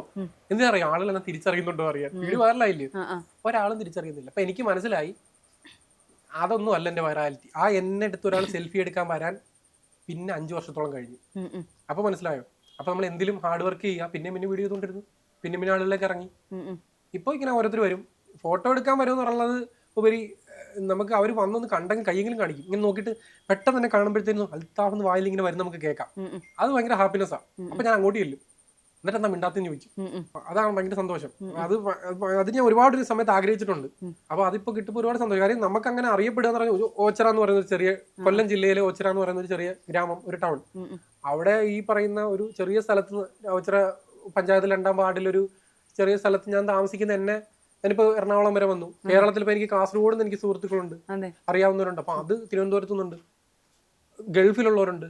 എന്റെ ഒരു വീഡിയോ കണ്ടിട്ട് 25,000 രൂപ അവർ അയച്ചു തന്നിട്ടുണ്ട്. ഈ ട്രാൻസ്ജെൻഡേഴ്സിനൊക്കെ നമ്മളന്ന് കാശ് കൊടുത്തിട്ടുണ്ടായിരുന്നു. ഈ അയച്ചു തന്നെ 25,000 അയച്ചു കൊടുത്തു. 10,000 അവർക്കും പിന്നെ 5,000 ആയിട്ട് 3 പേർക്ക്, ഒരു കിഡ്നി പേഷ്യന്റിന്, ഒരു കുട്ടിക്കൊക്കെ നമ്മൾ കൊടുത്തായിരുന്നു. അത് അയർലൻഡിലുള്ളൊരു ചേച്ചി അയച്ചു തന്നെ. അവരവിടെ സ്ഥിരതാമസമാണ്. അപ്പൊ അതൊക്കെ എനിക്ക് വന്നതെന്ന് പറഞ്ഞു കഴിഞ്ഞാൽ നമ്മൾ ഈ വീഡിയോ ചെയ്യുന്നുണ്ടെങ്കിൽ അതൊക്കെ അതിന്റെ സന്തോഷം അപ്പുറത്തേക്ക് ഒന്നും പറയേണ്ട കാര്യമില്ല. ഞാൻ പറഞ്ഞില്ലയോ, ഒരു 10ാം ക്ലാസ്സിലധികം മാർക്ക് മേടിക്കാത്ത, +2 ഈ പറയുന്നോട്ട് കഷ്ടിച്ച് പാസ്സായ ഒരാളെ എനിക്കിതൊക്കെ കിട്ടുന്നെന്ന് പറഞ്ഞു കഴിഞ്ഞാൽ അത് പാടും ദുരിതം പറയുമല്ലോ. പക്ഷെ അത് അങ്ങനെ എല്ലാവർക്കും പറ്റും. പക്ഷെ അതിന് ഈ അധ്വാനം എന്ന് പറയുന്നത് നമ്മൾ ഇറങ്ങി തന്നെ പണിയെടുക്കണം. ഒന്നുകിൽ വീഡിയോ എടുത്തുകൊണ്ട് പണിയെടുക്കണം, അല്ലെ ഈ പറയുന്നോട്ട് എന്തെങ്കിലുമൊക്കെ പണിയെടുക്കണം. ഞാൻ വീഡിയോ എടുത്ത് പണിയെടുത്തുകൊണ്ട് ഓരോ തരത്തിലുള്ള വീഡിയോ ചെയ്തുകൊണ്ടാണ് അറിയപ്പെടുന്നത്. അല്ലാതെ ബിസിനസ് ചെയ്ത് അറിയപ്പെടുന്നവരുണ്ട്. എൻ്റെ ഒരു സുഹൃത്തുണ്ട്, നമ്മൾ ഇടയ്ക്ക് സംസാരിച്ചിട്ടുണ്ടായിരുന്നു, അജിം ഷാ എന്നാ പേര്. വീട്ടിൽ അത്യാവശ്യം സാമ്പത്തികം ഉണ്ടായിരുന്നു. പക്ഷെ അവന് ഞാൻ കൂടെ ടൈൽ പണിക്ക് പോയെന്ന് പറഞ്ഞില്ലേ, ടൈൽ ഇറക്കാൻ പോയി. ലോഡ് ഒരു ലോഡ് ടൈൽ ഇറക്കുമായിരുന്നു. അങ്ങനെ നമുക്ക് അന്ന് 350 രൂപ കിട്ടും. ഒറ്റ സ്ട്രെച്ച് ഞങ്ങൾ, അവന്റെ വീട്ടിലെ ടൈൽ കട തന്നെ. പക്ഷെ അവൻ മാറി നിൽക്കത്തില്ല, അവൻ ടൈൽ ഇറക്കി പണിയെടുത്തു. അവൻ 25ാമത്തെ വയസ്സിൽ, എനിക്ക് 27ാമത്തെ വയസ്സിൽ അവന്റെ സ്വന്തം BMW കാറിലാണ് അവൻ അവന്റെ സ്വന്തം വിവാഹത്തിന് പോകുന്നത്. ആലോചിച്ച് നോക്കണം. ഇന്ന് അവന് അതുപോലത്തെ കോടിക്കണക്കിന് വില വരുന്ന കാറുകളുണ്ട്, ബിസിനസ് ഉണ്ട്. അതും ഈ പറയുന്ന കൂട്ട് പാടും തുരുത്തം പറഞ്ഞ് വീട്ടിനകത്തിരുന്നതല്ല, പണിയെടുത്തിട്ടാണ്. അവന്റെ ഒരു അജിം ഷാ എന്നാണ്. അവനിരിക്കട്ടെ ഒരു ക്രെഡിറ്റ്. കാര്യം പറഞ്ഞാൽ അവനിപ്പോ എന്റെ പ്രായം തന്നെ. പഠിക്കാൻ ഞങ്ങളെല്ലാവരും ബാക്ക് ബെഞ്ചേഴ്സ് ആയിരുന്നു. ബാക്ക് ബെഞ്ച് ക്രെഡിറ്റ് അല്ല, അവിടെയും പറഞ്ഞില്ല, നമ്മൾ തഴയപ്പെട്ടിട്ടുണ്ട്, പഠിക്കാൻ അത്രയും മിടുക്കലല്ലായിരുന്നു. പക്ഷെ ഞാൻ പറഞ്ഞു ഞാൻ പറയാം, പഠിച്ച എന്റെ സുഹൃത്തുക്കളുണ്ട്, എന്റെ കൂടെ നല്ല രീതിയിൽ പഠിച്ച ഒരു ബാങ്ക് ജോലി ചെയ്യുന്നവരുണ്ട്. ഒന്നും പഠിക്കാതെ എന്നെ പോലെ ആയതുകൊണ്ട്. അപ്പം പഠിക്കുന്നില്ല എന്നുള്ളതല്ല, വിവേകം എവിടെ യൂസ് ചെയ്യുന്നു, മറ്റുള്ളവരെ ബഹുമാനിക്കാനും, മുതിർന്നവരെ ബഹുമാനിക്കാനും, അനുസരണ കാണിക്കാനും, അഹങ്കാരം ഇല്ലാതിരിക്കാനും, അതുപോലെ തന്നെ എന്ത് ജോലി ചെയ്യാനും മടി കാണിക്കാതിരിക്കാനും ഒക്കെ ചെയ്യാം. പിന്നെന്ന് പറഞ്ഞാൽ നമുക്കൊരു വരയുണ്ട്, പക്ഷെ നമ്മൾ അധ്വാനിച്ച് നമുക്ക് അധ്വാനിച്ച ഉറപ്പായിട്ടും അത് നല്ല വരയാണ്. ഓ ശരിക്കും ഈ ഇക്കൊക്കെ ഇപ്പൊ എത്ര വയസ്സായി ശരിക്കും? അത് എനിക്കിപ്പോ വയസ്സെന്ന് പറഞ്ഞാല് ഞാൻ വയസ്സ് കണക്കാക്കുന്ന എക്സ്പീരിയൻസ് ആണ്. നമുക്ക് ഇപ്പൊ എനിക്ക് തോന്നുന്നു ബിൻഷാക്ക് 10-35-40 വയസ്സ് കാണും എക്സ്പീരിയൻസ് വെച്ചിട്ട്. എനിക്ക് പറഞ്ഞ ഞാൻ വിചാരിക്കുന്ന എന്റെ ലൈഫിലുള്ള എക്സ്പീരിയൻസ് അല്ല, അത്ര ഉണ്ടായിക്കോട്ടെ, പ്രായത്തിന് അത്രയും ഉണ്ട് പക്വത. അപ്പൊ ഞാൻ കാണുന്ന വയസ്സ് എന്ന് പറയുന്നത് നമ്മുടെ പക്വതയാണ്, നമ്മുടെ എക്സ്പീരിയൻസ് ആണ്. എന്റെ ഒരു എക്സ്പീരിയൻസ് വെച്ചിട്ട് എനിക്കൊരു 25 വയസ്സിനുള്ള എക്സ്പീരിയൻസേ ഉള്ളൂ. ഇനി ഒരുപാട് ഉണ്ടാവാൻ. പക്ഷെ എന്നെക്കാൾ ഒരു 10-15 വയസ്സ് കൂടുതലായിരിക്കും അല്ലേ? ആയിരിക്കുമല്ലേ? എന്നാലും കറക്റ്റ്. അപ്പൊ വിൻഷയ്ക്ക് 15 വയസ്സേ ഉള്ളെന്ന് പറയുന്നത് കുഴപ്പമില്ല, സമ്മതിച്ചു തന്നിരിക്കുന്നു. വിൻഷയ്ക്ക് അങ്ങനെയാണെങ്കിൽ ഇഷ്ടമൊക്കെ ഓക്കെ. അല്ല അപ്പൊ എത്ര ഫാമിലിയെ കുറിച്ച് പറയുകയാണെങ്കിൽ മക്കളൊക്കെ എത്രയുണ്ട്? മക്കളൊക്കെ 2 പേരുണ്ട്. ഒരാളെ കെട്ടിച്ച്, ഇളയ മോന്റെ കല്യാണം അടുത്താഴ്ച. അത് പോകാൻ പറ്റുന്നുണ്ട്. നിങ്ങൾ എന്നെ അറിയാനല്ലേ വിളിച്ചു, എന്നെ അറിഞ്ഞാൽ മതി. ഞാൻ ഫാമിലി വ്ലോഗ് അല്ല ചെയ്യുന്നത്. അയ്യോ അതല്ല, ഫാമിലിയെ കുറിച്ചൊന്ന് ചോദിക്കാനോ? അല്ല കുട്ടികളെ ഫാമിലി ഞാൻ എവിടെ അങ്ങനെ കൊണ്ടുവന്നിട്ടുണ്ട്. കാരണം എന്റെ ഫാമിലി ലൈഫ് വേറെ, ഇത് ഇങ്ങനെ സോഷ്യൽ മീഡിയ മാത്രമേ വന്നിട്ടുള്ളൂ. വീട്ടിൽ ഉമ്മ ഉണ്ട്, വാപ്പ ഉണ്ട്, പെങ്ങളുണ്ട്. ഒരു പെങ്ങൾ ഡോക്ടറാണ്, ഒരു പെങ്ങൾ ഹൗസ് വൈഫാണ്. പുള്ളിക്കാരി TTC പഠിച്ചതാണ്, എന്നിട്ട് ഡിഗ്രി പഠിച്ചു. വൈഫുണ്ട്, ഹെൽത്ത് ഇൻസ്പെക്ടറുടെ പരിപാടിയാണ്. അതിനിപ്പോ ലിസ്റ്റ് ഒക്കെ വന്നിട്ട് PSC അതിങ്ങനെ നിൽക്കുന്നു. കുഞ്ഞുണ്ട്, ചിന്നാണ്ടി, ഒരു 1.5 വയസ്സേ ഉള്ളൂ. ഒരു മോനാ. മോനാണ്. എനിക്ക് ആമ്പിളാരെ ഭയങ്കര ഇഷ്ടമാണ്. സത്യമായിട്ട് പെമ്പിളാരെക്കാട്ടി കൂടുതൽ ആമ്പിളാർ ഇഷ്ടം. എന്താ അറിയോ, എന്റെ വീട്ടില് എനിക്ക് കൂടാതെ എന്റെ 2 പെങ്ങന്മാരും ഉമ്മായും മാത്രമാണ്. ഞാൻ ഒത്തിരി ആഗ്രഹിച്ചിട്ടുണ്ട് അനിയൻ വേണമെന്ന്. പക്ഷെ ആമ്പിളാരില്ല. അവര് 3 പെമ്പിള്ളാർ, വാപ്പ ഗൾഫില്ല. 3 പെമ്പിള്ളാർ, ഞാൻ ഒറ്റയ്ക്ക്. അപ്പൊ എനിക്ക് അന്നുപോലെ ആമ്പിളാർ ഭയങ്കര ഇഷ്ടം. ഈ അനിയത്തി വന്ന സമയത്ത് ഞാൻ ആഗ്രഹിച്ചത്, എന്നെക്കാട്ടി 7 വയസ്സിന് ഇളയതാ. ഉമ്മച്ചി 7ാം മാസത്തിലാണ് പ്രസവിക്കുന്നത്. അപ്പൊ ഞാൻ ആഗ്രഹിക്കുന്നത് അനിയനാവണേ എന്നാ. പക്ഷെ പെങ്കുച്ചാൻ. അപ്പൊ എന്റെ മോൻ വന്ന സമയത്ത് എനിക്ക് മോൻ വരണമെന്ന് ഭയങ്കര ആഗ്രഹം ഉണ്ടായിരുന്നു. ഇപ്പൊ എന്റെ അനിയമാവ് എനിക്ക് മോനാവുന്ന ഇഷ്ടമാണ്. കാര്യം എനിക്ക് വീട്ടിൽ വേറെ പെമ്പിള്ളാരില്ലേ മൊത്തം. വൈഫും കൂടെ വന്നപ്പോഴത്തേനും പെങ്ങള്, ഉമ്മ, വൈഫ്, അവര് 3 പെമ്പിള്ളാര്. അപ്പോഴത്തേക്കിനും എനിക്ക് മോൻ അനിയമാവ്. അപ്പൊ ഞാൻ എന്റെ അനിയമാവ് എന്ന് പറയുന്നത് അവരുടെ അടുത്ത് ഞാൻ പറഞ്ഞു അതിന്റെ അനിയനാന്ന്, എന്റെ ചേട്ടനാന്ന് പറയും. അപ്പൊ അതെനിക്ക് ഇനി അങ്ങനെ ഒരുപാട് ആൺകുട്ടികൾ ഉണ്ടാവട്ടെ. ഒരുപാട് 5 പേരെങ്കിലും വേണമെന്ന് എനിക്ക് ഭയങ്കര ഇഷ്ടം. 5 കുട്ടികളെങ്കിലും മിനിമം വേണമെന്നൊരു ആഗ്രഹം. കാര്യം എന്ന് പറഞ്ഞാൽ നമുക്ക് എപ്പോഴും ഞാൻ ഒറ്റ മോനെ. അപ്പം ഈ പെങ്ങന്മാരിപ്പോ അവർ കല്യാണം കഴിച്ച് അവരുടെ വീടുകളിലാവുമ്പോൾ നമുക്ക് ഇത് ആണായാലും പെണ്ണായാലും ഒത്തിരി മക്കൾ ഒരു ബോണ്ടാ ഭയങ്കര, എത്ര സപ്പോർട്ടാ. അങ്ങനെ അല്ലാത്ത കുടുംബങ്ങളുണ്ട്, പക്ഷെ അങ്ങനെ ഒരു ബോണ്ടോടെ തന്നെ മക്കളെ വളർത്തണം. അപ്പൊ ഇത് ഭയങ്കര പരസ്പര സപ്പോർട്ടാ. അത് നമുക്ക് നാടിന് വലിയ ഗുണമാവും. നമ്മുടെ ഞാൻ പറഞ്ഞില്ലേ, അവരെല്ലാം കൃത്യമായിട്ട് വിദ്യാഭ്യാസം കൊടുക്കുകയും സമൂഹത്തിന് ഉപകരിക്കുകയും ചെയ്യുന്നവരാകുമ്പോഴത്തേക്കിനും ഒരു സമയത്ത് ഇപ്പൊ എനിക്ക് ഒരാളുടെ അടുത്ത് ഓടിയെത്താൻ പറ്റുന്നുള്ളൂ. ഇതേപോലെ ഒരു 2 പേര് 3 പേരാകുമ്പോൾ അവർക്കെല്ലാം, ഇപ്പൊ ഞങ്ങൾ 3 പേര് മക്കളാണ്.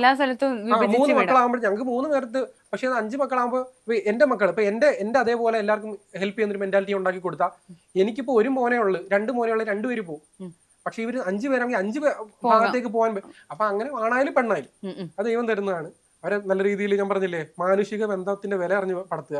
അവിടെ ജാതി മതത്തിനപ്പുറത്തേക്ക് വിശ്വാസങ്ങളൊക്കെ അവർക്ക് വേണം, അവരവരുടെ വിശ്വാസത്തിലായിക്കോട്ടെ. പക്ഷെ അതിനപ്പുറത്തേക്ക് സാഹോദര്യം വേണ്ട. സാഹോദര്യം എന്ന് പറഞ്ഞു കഴിഞ്ഞാൽ ഒരു മതത്തിൽ പെട്ടാൽ മറ്റൊരുത്തരെ കെട്ടുന്നത് സഹോദരങ്ങൾ തമ്മിൽ കെട്ടത്തില്ലല്ലോ. അതെന്ന് പറഞ്ഞാൽ മറ്റുള്ളവന്റെ വിശ്വാസം എന്റെ വിശ്വാസത്തെ മാനിക്കാൻ പഠിക്കണം. അതായത് അമ്പലത്തിൽ പോകുമ്പോഴും എനിക്കറിയാം ചെരുപ്പ് ഊരിയിട്ട് കാരണമെന്ന്. അതുപോലെ തന്നെ ഒരു ഹിന്ദു സഹോദരൻ അറിയാം പള്ളിയിൽ കയറുമ്പോൾ ചെരുപ്പ് ഊരിടണമെന്ന്. അതാണ്, ആ ഒരു ബോധമാണ് നമ്മൾ ഉണ്ടാക്കി കൊടുക്കേണ്ടത്. അല്ലാതെ അവിടെ കയറുമ്പോഴും ആ ബഹുമാനം ഇല്ലാതിരിക്കലും, ദൈവം ഇല്ലാത്തെന്ന് പറയുന്നവന് നമ്മൾ അങ്ങനെ അവന് ബലം കൊടുക്കുക.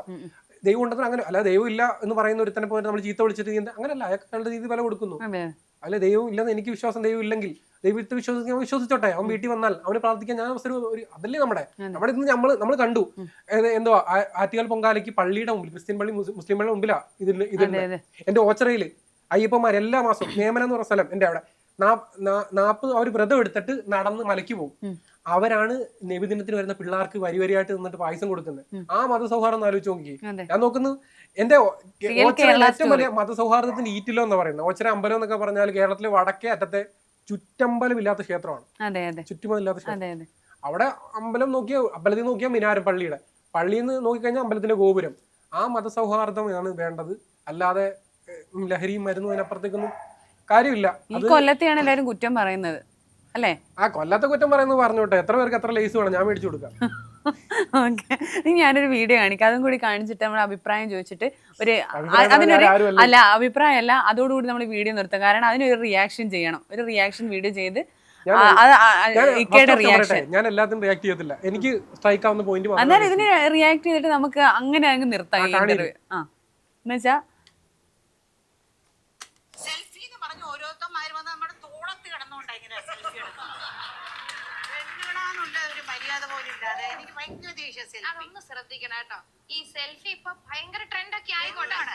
ഈ ഇങ്ങനെ വന്നിട്ട് ഈ മുട്ടി ഉരുമി നിൽക്കുന്നത് അത് പല സ്ത്രീകൾക്ക് അല്ലാതെ എന്താണെന്നറിയോ, ഈ ഫോട്ടോ എടുക്ക കൂടാന്ന ഒരു കൂട്ട ബലാത്സംഗന്മാര് എനിക്ക് തോന്നുന്നത്. ഫോട്ടോ എടുക്കുന്ന ഒരു കൂട്ട ബലാത്സംഗം മാതിരിയാണ് ദേഹത്തോട്ട് വീഴുന്നത്. അപ്പൊ ഇതിൽ നെഗറ്റീവ് കമന്റ് ഒക്കെ വന്നതെന്ന് വെച്ചാൽ ഷീലാമ്മയെ കുറ്റം പറഞ്ഞിട്ടാണ്. അല്ല, അവര് പറഞ്ഞു 100% ശരിയാ.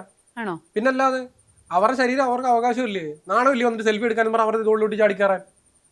എൻ്റെ അടുത്ത് വന്നിട്ട് ഒരാളെ ഞാൻ പറയും മോളതാടി എന്ന് പറയും. പിന്നല്ലാതെ നമുക്കൊരു ഇതില്ലേ? നമ്മുടെ അടുത്ത് വന്നിട്ട് സ്നേഹത്തോടെ നമ്മുടെ അടുത്ത് നിൽക്കുന്നു, നമ്മുടെ ശരീരത്തിൽ തൊടണമെങ്കിൽ പോലും അവർക്ക് അവകാശമില്ലേ? എനിക്ക് ബിൻഷേപ്പ് ഒന്ന് തൊടാൻ അവകാശം ഉണ്ടോ? ഒരു സെൽഫി എടുത്തിട്ട് ചോദിച്ചു കഴിഞ്ഞാൽ കൂടെ നിന്നിട്ട് ഇങ്ങനെ അവരുടെ അടുത്ത് വന്ന് തോളെ കയറി ഷീലാമ്മയുടെ തോളെ കയറി പിടിച്ചു കാണും, അല്ലെങ്കിൽ കയറി കെട്ടിപ്പിടിച്ചു കാണും. അങ്ങനെയുള്ളവരെ എങ്ങനെ നമുക്ക് പ്രോത്സാഹിപ്പിക്കാൻ പറ്റും? പക്ഷെ നടന്മാരെ പെണ്ണുങ്ങളെ പിടിക്കുമ്പോൾ പ്രശ്നമില്ല, പെണ്ണുങ്ങളെ ആണുങ്ങൾ പിടിക്കുമ്പോൾ പ്രശ്നം. അവർക്ക് അതിന് കംഫർട്ടാണ്. ഒരു പരിചയമില്ലാത്ത ഒരാൾ വന്നിട്ട് പിടിക്കുമ്പോഴത്തേക്കിനും അവർക്ക് ഓക്കെ അല്ലല്ലോ. അങ്ങനെയാണ് എല്ലാരും തന്നെ കെട്ടിപ്പിടിച്ചാൽ ഞാൻ ഓക്കെയാണ്. കാരണം എനിക്ക് ബിൻഷയെ പരിചയമുണ്ട്, ബിൻഷന്റെ ബലാത്സംഗം ചെയ്യത്തില്ലെന്ന് എനിക്കറിയാം. അതുകൊണ്ട് പക്ഷെ എനിക്ക് ഒരു പരിചയമില്ലാത്ത പെണ്ണ് എന്നെ വന്ന് കയറിയിട്ട് നാളെ പോയിട്ട് അവള് പറഞ്ഞാലോ ഇവൻ എന്നെ പിടിച്ചെന്ന്. ഇവരെ സംബന്ധിച്ചിടത്തോളം അവർക്ക് നടന്മാരെന്ന് പറയുമ്പോൾ അത്ര കംഫർട്ട്. അങ്ങനെ പറയാനെങ്കിൽ വേറൊരു കാര്യം കൂടെ പറയട്ടെ. ചില നടന്മാരൊക്കെ വന്നിട്ട് നടന്മാരെ പറ്റി ചില സ്ത്രീകൾ എതിര് പറഞ്ഞിട്ടുണ്ടല്ലോ എന്നെ. അപ്പൊ അങ്ങനെയും കാര്യങ്ങളുണ്ടല്ലോ. അപ്പൊ ഇതിലെല്ലാരും പറയും നമ്മളാണ് ഷീലാമ്മ ഇങ്ങനെ വളർത്തി ഇതാക്കി. അപ്പൊ ഒരു ആരാധകൻ വന്ന് ഫോട്ടോ എടുത്ത ആര് പറഞ്ഞു അവരുടെ സിനിമ എല്ലാം പോയി കാണണ്ടായിരുന്നു? ഷീലാമ്മയെ വളർത്താൻ ആര് പറഞ്ഞു? പിന്നെ അവര് പഴയ സ്ത്രീയാണ്. അവരുടെ നമ്മുടെ രണ്ട് കൾച്ചർ അല്ല, സോറി, കാലഘട്ടമാണ്. അപ്പൊ അവര് പറയുന്നതിൽ ശരിയല്ലേ? സെൽഫി എടുക്കാൻ അവര് പറഞ്ഞ പോയിന്റ് ആലോചിക്കണം. തുമ്പത്ത് വരെ അവര് പറഞ്ഞു സെൽഫി എടുക്കാൻ വരുന്നവരെല്ലാവരും കുറ്റം പറഞ്ഞില്ല. എന്റെ സെൽഫി എടുക്കാൻ വന്നാൽ തോളത്തോട് ചാടി ഇങ്ങ് വീഴുക, കയറി പിടിക്കുക, അങ്ങനെയല്ലേ പറഞ്ഞത്? അതല്ലെങ്കിൽ ഞാൻ പറയട്ടെ, ഇപ്പോഴും ഞാൻ പറയുന്നു ഷീലാമ്മയുടെ അടുത്ത് നമ്മെ ഒരു ഫോട്ടോ എടുത്തോട്ട് ചോദിച്ചിട്ട് മാന്യമായിട്ട് എടുത്ത് അവരൊന്നും പറയത്തില്ല. കറക്റ്റ് അല്ലേ? എന്റെ അടുത്ത് സെൽഫി എടുക്കാത്തവര് വന്നിട്ടുണ്ട്. ചിലർക്ക് നമ്മളിങ്ങനെ പിടിക്കും, അറിയാവോ? ചില ആണുങ്ങളൊക്കെ വന്നിട്ട് തൊടയിലൊക്കെ കയറി പിടിക്കും. അത് ആലോചിച്ച് നോക്കി എന്ത് ഉദ്ദേശത്തിലത്? അപ്പൊ നമുക്ക് പെമ്പിള്ളേർ കയറി പിടിക്കത്തില്ല, അങ്ങനെ പിടിച്ചിട്ടില്ല. ചില ആണുങ്ങൾ തൊടയിലും ചന്തിക്കൊക്കെ പിടിക്കും. അപ്പൊ അതിന്റെ ഉദ്ദേശം എന്തുവാ? അത് ഞാൻ പറഞ്ഞില്ലേ, റിയാക്ഷൻ. അപ്പൊ ഈ ഒരു റിയാക്ഷൻ ഒന്ന് ലൈവായിട്ട് കേൾക്കാൻ വേണ്ടിട്ടാണ് ഞാൻ കാണിച്ചു തന്നത്. എല്ലാ വിഷയത്തിലും റിയാക്ട് ചെയ്തില്ല. പക്ഷെ അവര് പറഞ്ഞെന്തുവാ, അവരുടെ പറഞ്ഞെന്ന് പറഞ്ഞാൽ സെൽഫി ഒക്കെ എടുക്കാം, പക്ഷെ അവർക്ക് ഇറിറ്റേഷൻ ഉണ്ടായിട്ടല്ലേ എന്ന് പറഞ്ഞു. അതെ അതെ, തോളത്തൊക്കെ കയറി പിടിച്ച് മേലെ ഒരു കൂട്ട ബലാത്സംഗം പോലെ തോന്നിച്ചു. അങ്ങനെ പറഞ്ഞിട്ടുണ്ടെങ്കിൽ കൂട്ട ബലാത്സംഗം എന്ന് പറയാൻ എന്താ? കയറി പിടിച്ച് ആക്രമിക്കുന്നു എന്നുള്ളതല്ലേ? നമ്മളതിന് ചില നടന്മാരെ കയറി പിച്ചെന്ന് കണ്ടിട്ടുണ്ട്. കയറി പിച്ച് ടോവിനോ തോമസിനെയൊക്കെ അത് തൊട്ടു. അത് എന്നിട്ട് നമുക്ക് ഭയങ്കര ഇറിറ്റേഷൻ. നമുക്ക് അത് അറിയാത്തതുകൊണ്ട് നമ്മളൊരാൾ ശരീരത്തിൽ വെറുതെ അവര് നോക്കുമ്പോൾ അഹങ്കാരി എന്നൊക്കെ പറയും. ഇവരെന്ന് പറയുന്നത് നമ്മളെ പോലെ മനുഷ്യരല്ലേ അവര്? അവർക്ക് കാശും പണം എല്ലാം കിട്ടുന്നുണ്ട് സിനിമയിൽ നിന്ന്. നമ്മൾ സിനിമ കാണുന്നതുകൊണ്ട് അവർക്ക് കാശ് കിട്ടുന്നത്. വേറെ കാര്യങ്ങളുണ്ട്. അവരെന്തിനാ അഭിനയിക്കുന്നത്? നമ്മൾ കണ്ടുകൊടുത്തിട്ട് അവർക്ക് കാശ് കിട്ടുന്നേ. അവര് കാണുന്നുണ്ടല്ലേ നമുക്ക് സിനിമ കിട്ടുന്നേ, അഭിനയിക്കുന്നുണ്ടല്ലേ. അപ്പൊ രണ്ടുപേരും ഇതിനകത്ത് തുല്യ പങ്ക് വഹിക്കുന്നവരാ. എന്നിട്ട് നമ്മൾ അവരെ കുറ്റം കൂടെ പറയുന്നതിനാ? അവർക്ക് ബുദ്ധിമുട്ടുണ്ടായിരിക്കും കയറി പിച്ചയും പിടി. അല്ലെങ്കിൽ പിന്നെ ജോവിനും എത്ര പേരും കൂടെ ഫോട്ടോ എടുക്കുന്നത്? അല്ലെങ്കിൽ നിരോധിച്ചിട്ടൊന്നും ഇല്ലല്ലോ. ഓരോ മനുഷ്യരെ നമ്മൾ പറഞ്ഞ എല്ലാം സഹിച്ചു കൊടുക്കാം. ഞാനെന്ന് പറഞ്ഞാൽ എന്നെ ചന്തിക്ക് വിളിച്ചാൽ ഞാൻ കേട്ടോണ്ടിരിക്കുന്നു, എല്ലാവരും അങ്ങനെ നിൽക്കുമോ? അതാ പറഞ്ഞ. പക്ഷെ ചില നമ്മള് ശരീരത്തിൽ ഉപദ്രവിച്ച് വേദന എടുത്തു കഴിഞ്ഞാൽ അവര് പ്രതികരിക്കുമായിരിക്കും. അതെ. അപ്പൊ ഇതാണ് ഇങ്ങനെ ഇനി ഫോട്ടോ എടുക്കുന്നവര് തൊടാതെ മാറി നിന്ന് എന്നെ ഫോട്ടോ ഒക്കെ എടുക്കുന്നുണ്ട്. ഇങ്ങനെ വന്നിട്ട് ഫോട്ടോ എടുത്തിട്ടൊക്കെ ഉണ്ട്. ഒത്തിരി പേര് ഫോട്ടോ എടുക്കുന്നല്ല, ചിലരൊക്കെ. ചിലരൊന്നും ചന്തിക്കൊക്കെ പിടിക്കും. അപ്പോഴത്തേക്ക് ഞാൻ പറഞ്ഞില്ല, നമുക്ക് ദേഷ്യം വരും ചിലപ്പോ. അപ്പൊ അവരെ കൈപിടിച്ച് മാറ്റുമോ? അപ്പൊ പിന്നെ നമുക്ക് ദേഷ്യം വരും. ഞാൻ പറഞ്ഞ എന്തുവാ എന്നൊക്കെ ചോദിക്കും. ഞാൻ അങ്ങനെ എല്ലാ ഒരു കോമഡി പരത്തിലായിട്ട് എടുക്കത്തുള്ളൂ. പക്ഷെ അങ്ങനെ പെണ്ണുങ്ങളെ കയറി പിടിച്ചു കഴിഞ്ഞാൽ മോശമല്ലേ? അത് മോശമാണ്. അത് ഷീലാമ്മ പറഞ്ഞാൽ അവർക്കുണ്ടായ ദുരനുഭവം ആയിരിക്കും പറഞ്ഞാൽ. അതില് ഷീലാമ്മയാണ് എല്ലാരും കുറ്റം പറഞ്ഞത്. അതുകൊണ്ട് ഞാനൊരു അഭിപ്രായം. ഷീലാമ്മ ഒത്തിരി പേരുടെ കൂടെ അഭിനയിച്ചിട്ടല്ലേ ഇഴുകി ചേർന്ന്. അങ്ങനെയാണെങ്കിൽ അവർക്ക് എല്ലാം പ്രശ്നമായിരുന്നു, അതെല്ലാം പറഞ്ഞുകൂടെ? അതെ അതെ. ഇതവർക്ക് ബുദ്ധിമുട്ടായിട്ട് തോന്നിയിട്ടുണ്ടായിരിക്കും. അപ്പം ഏതായാലും ഒരുപാട് സന്തോഷം ഇത്രയും നേരം നമ്മളോട് സഹകരിച്ചതിൽ. Thank you so much. എല്ലാവിധ ഭാവങ്ങളും നേരുന്നു. ഞാൻ വലിയൊരു സ്റ്റേറ്റ് അവാർഡ്, നാഷണൽ അവാർഡൊക്കെ മേടിച്ചുകൊണ്ട് നിൽക്കുന്ന സമയത്തും ഇതുപോലെ പിൻഷയ്ക്ക് എന്നെ വീണ്ടും ഇന്റർവ്യൂ ചെയ്യാൻ പറ്റട്ടെ. Thank you so much. All the very best. കണ്ടുകൊണ്ടിരിക്കും എല്ലാവർക്കും സന്തോഷം. നിങ്ങളുടെ സപ്പോർട്ട് കൊണ്ട് മാത്രമാണ് ഈ അവസ്ഥ വരെ എത്തിയത്. ഇനിയും സപ്പോർട്ട് ചെയ്യുക, കൂടെ നിൽക്കുക.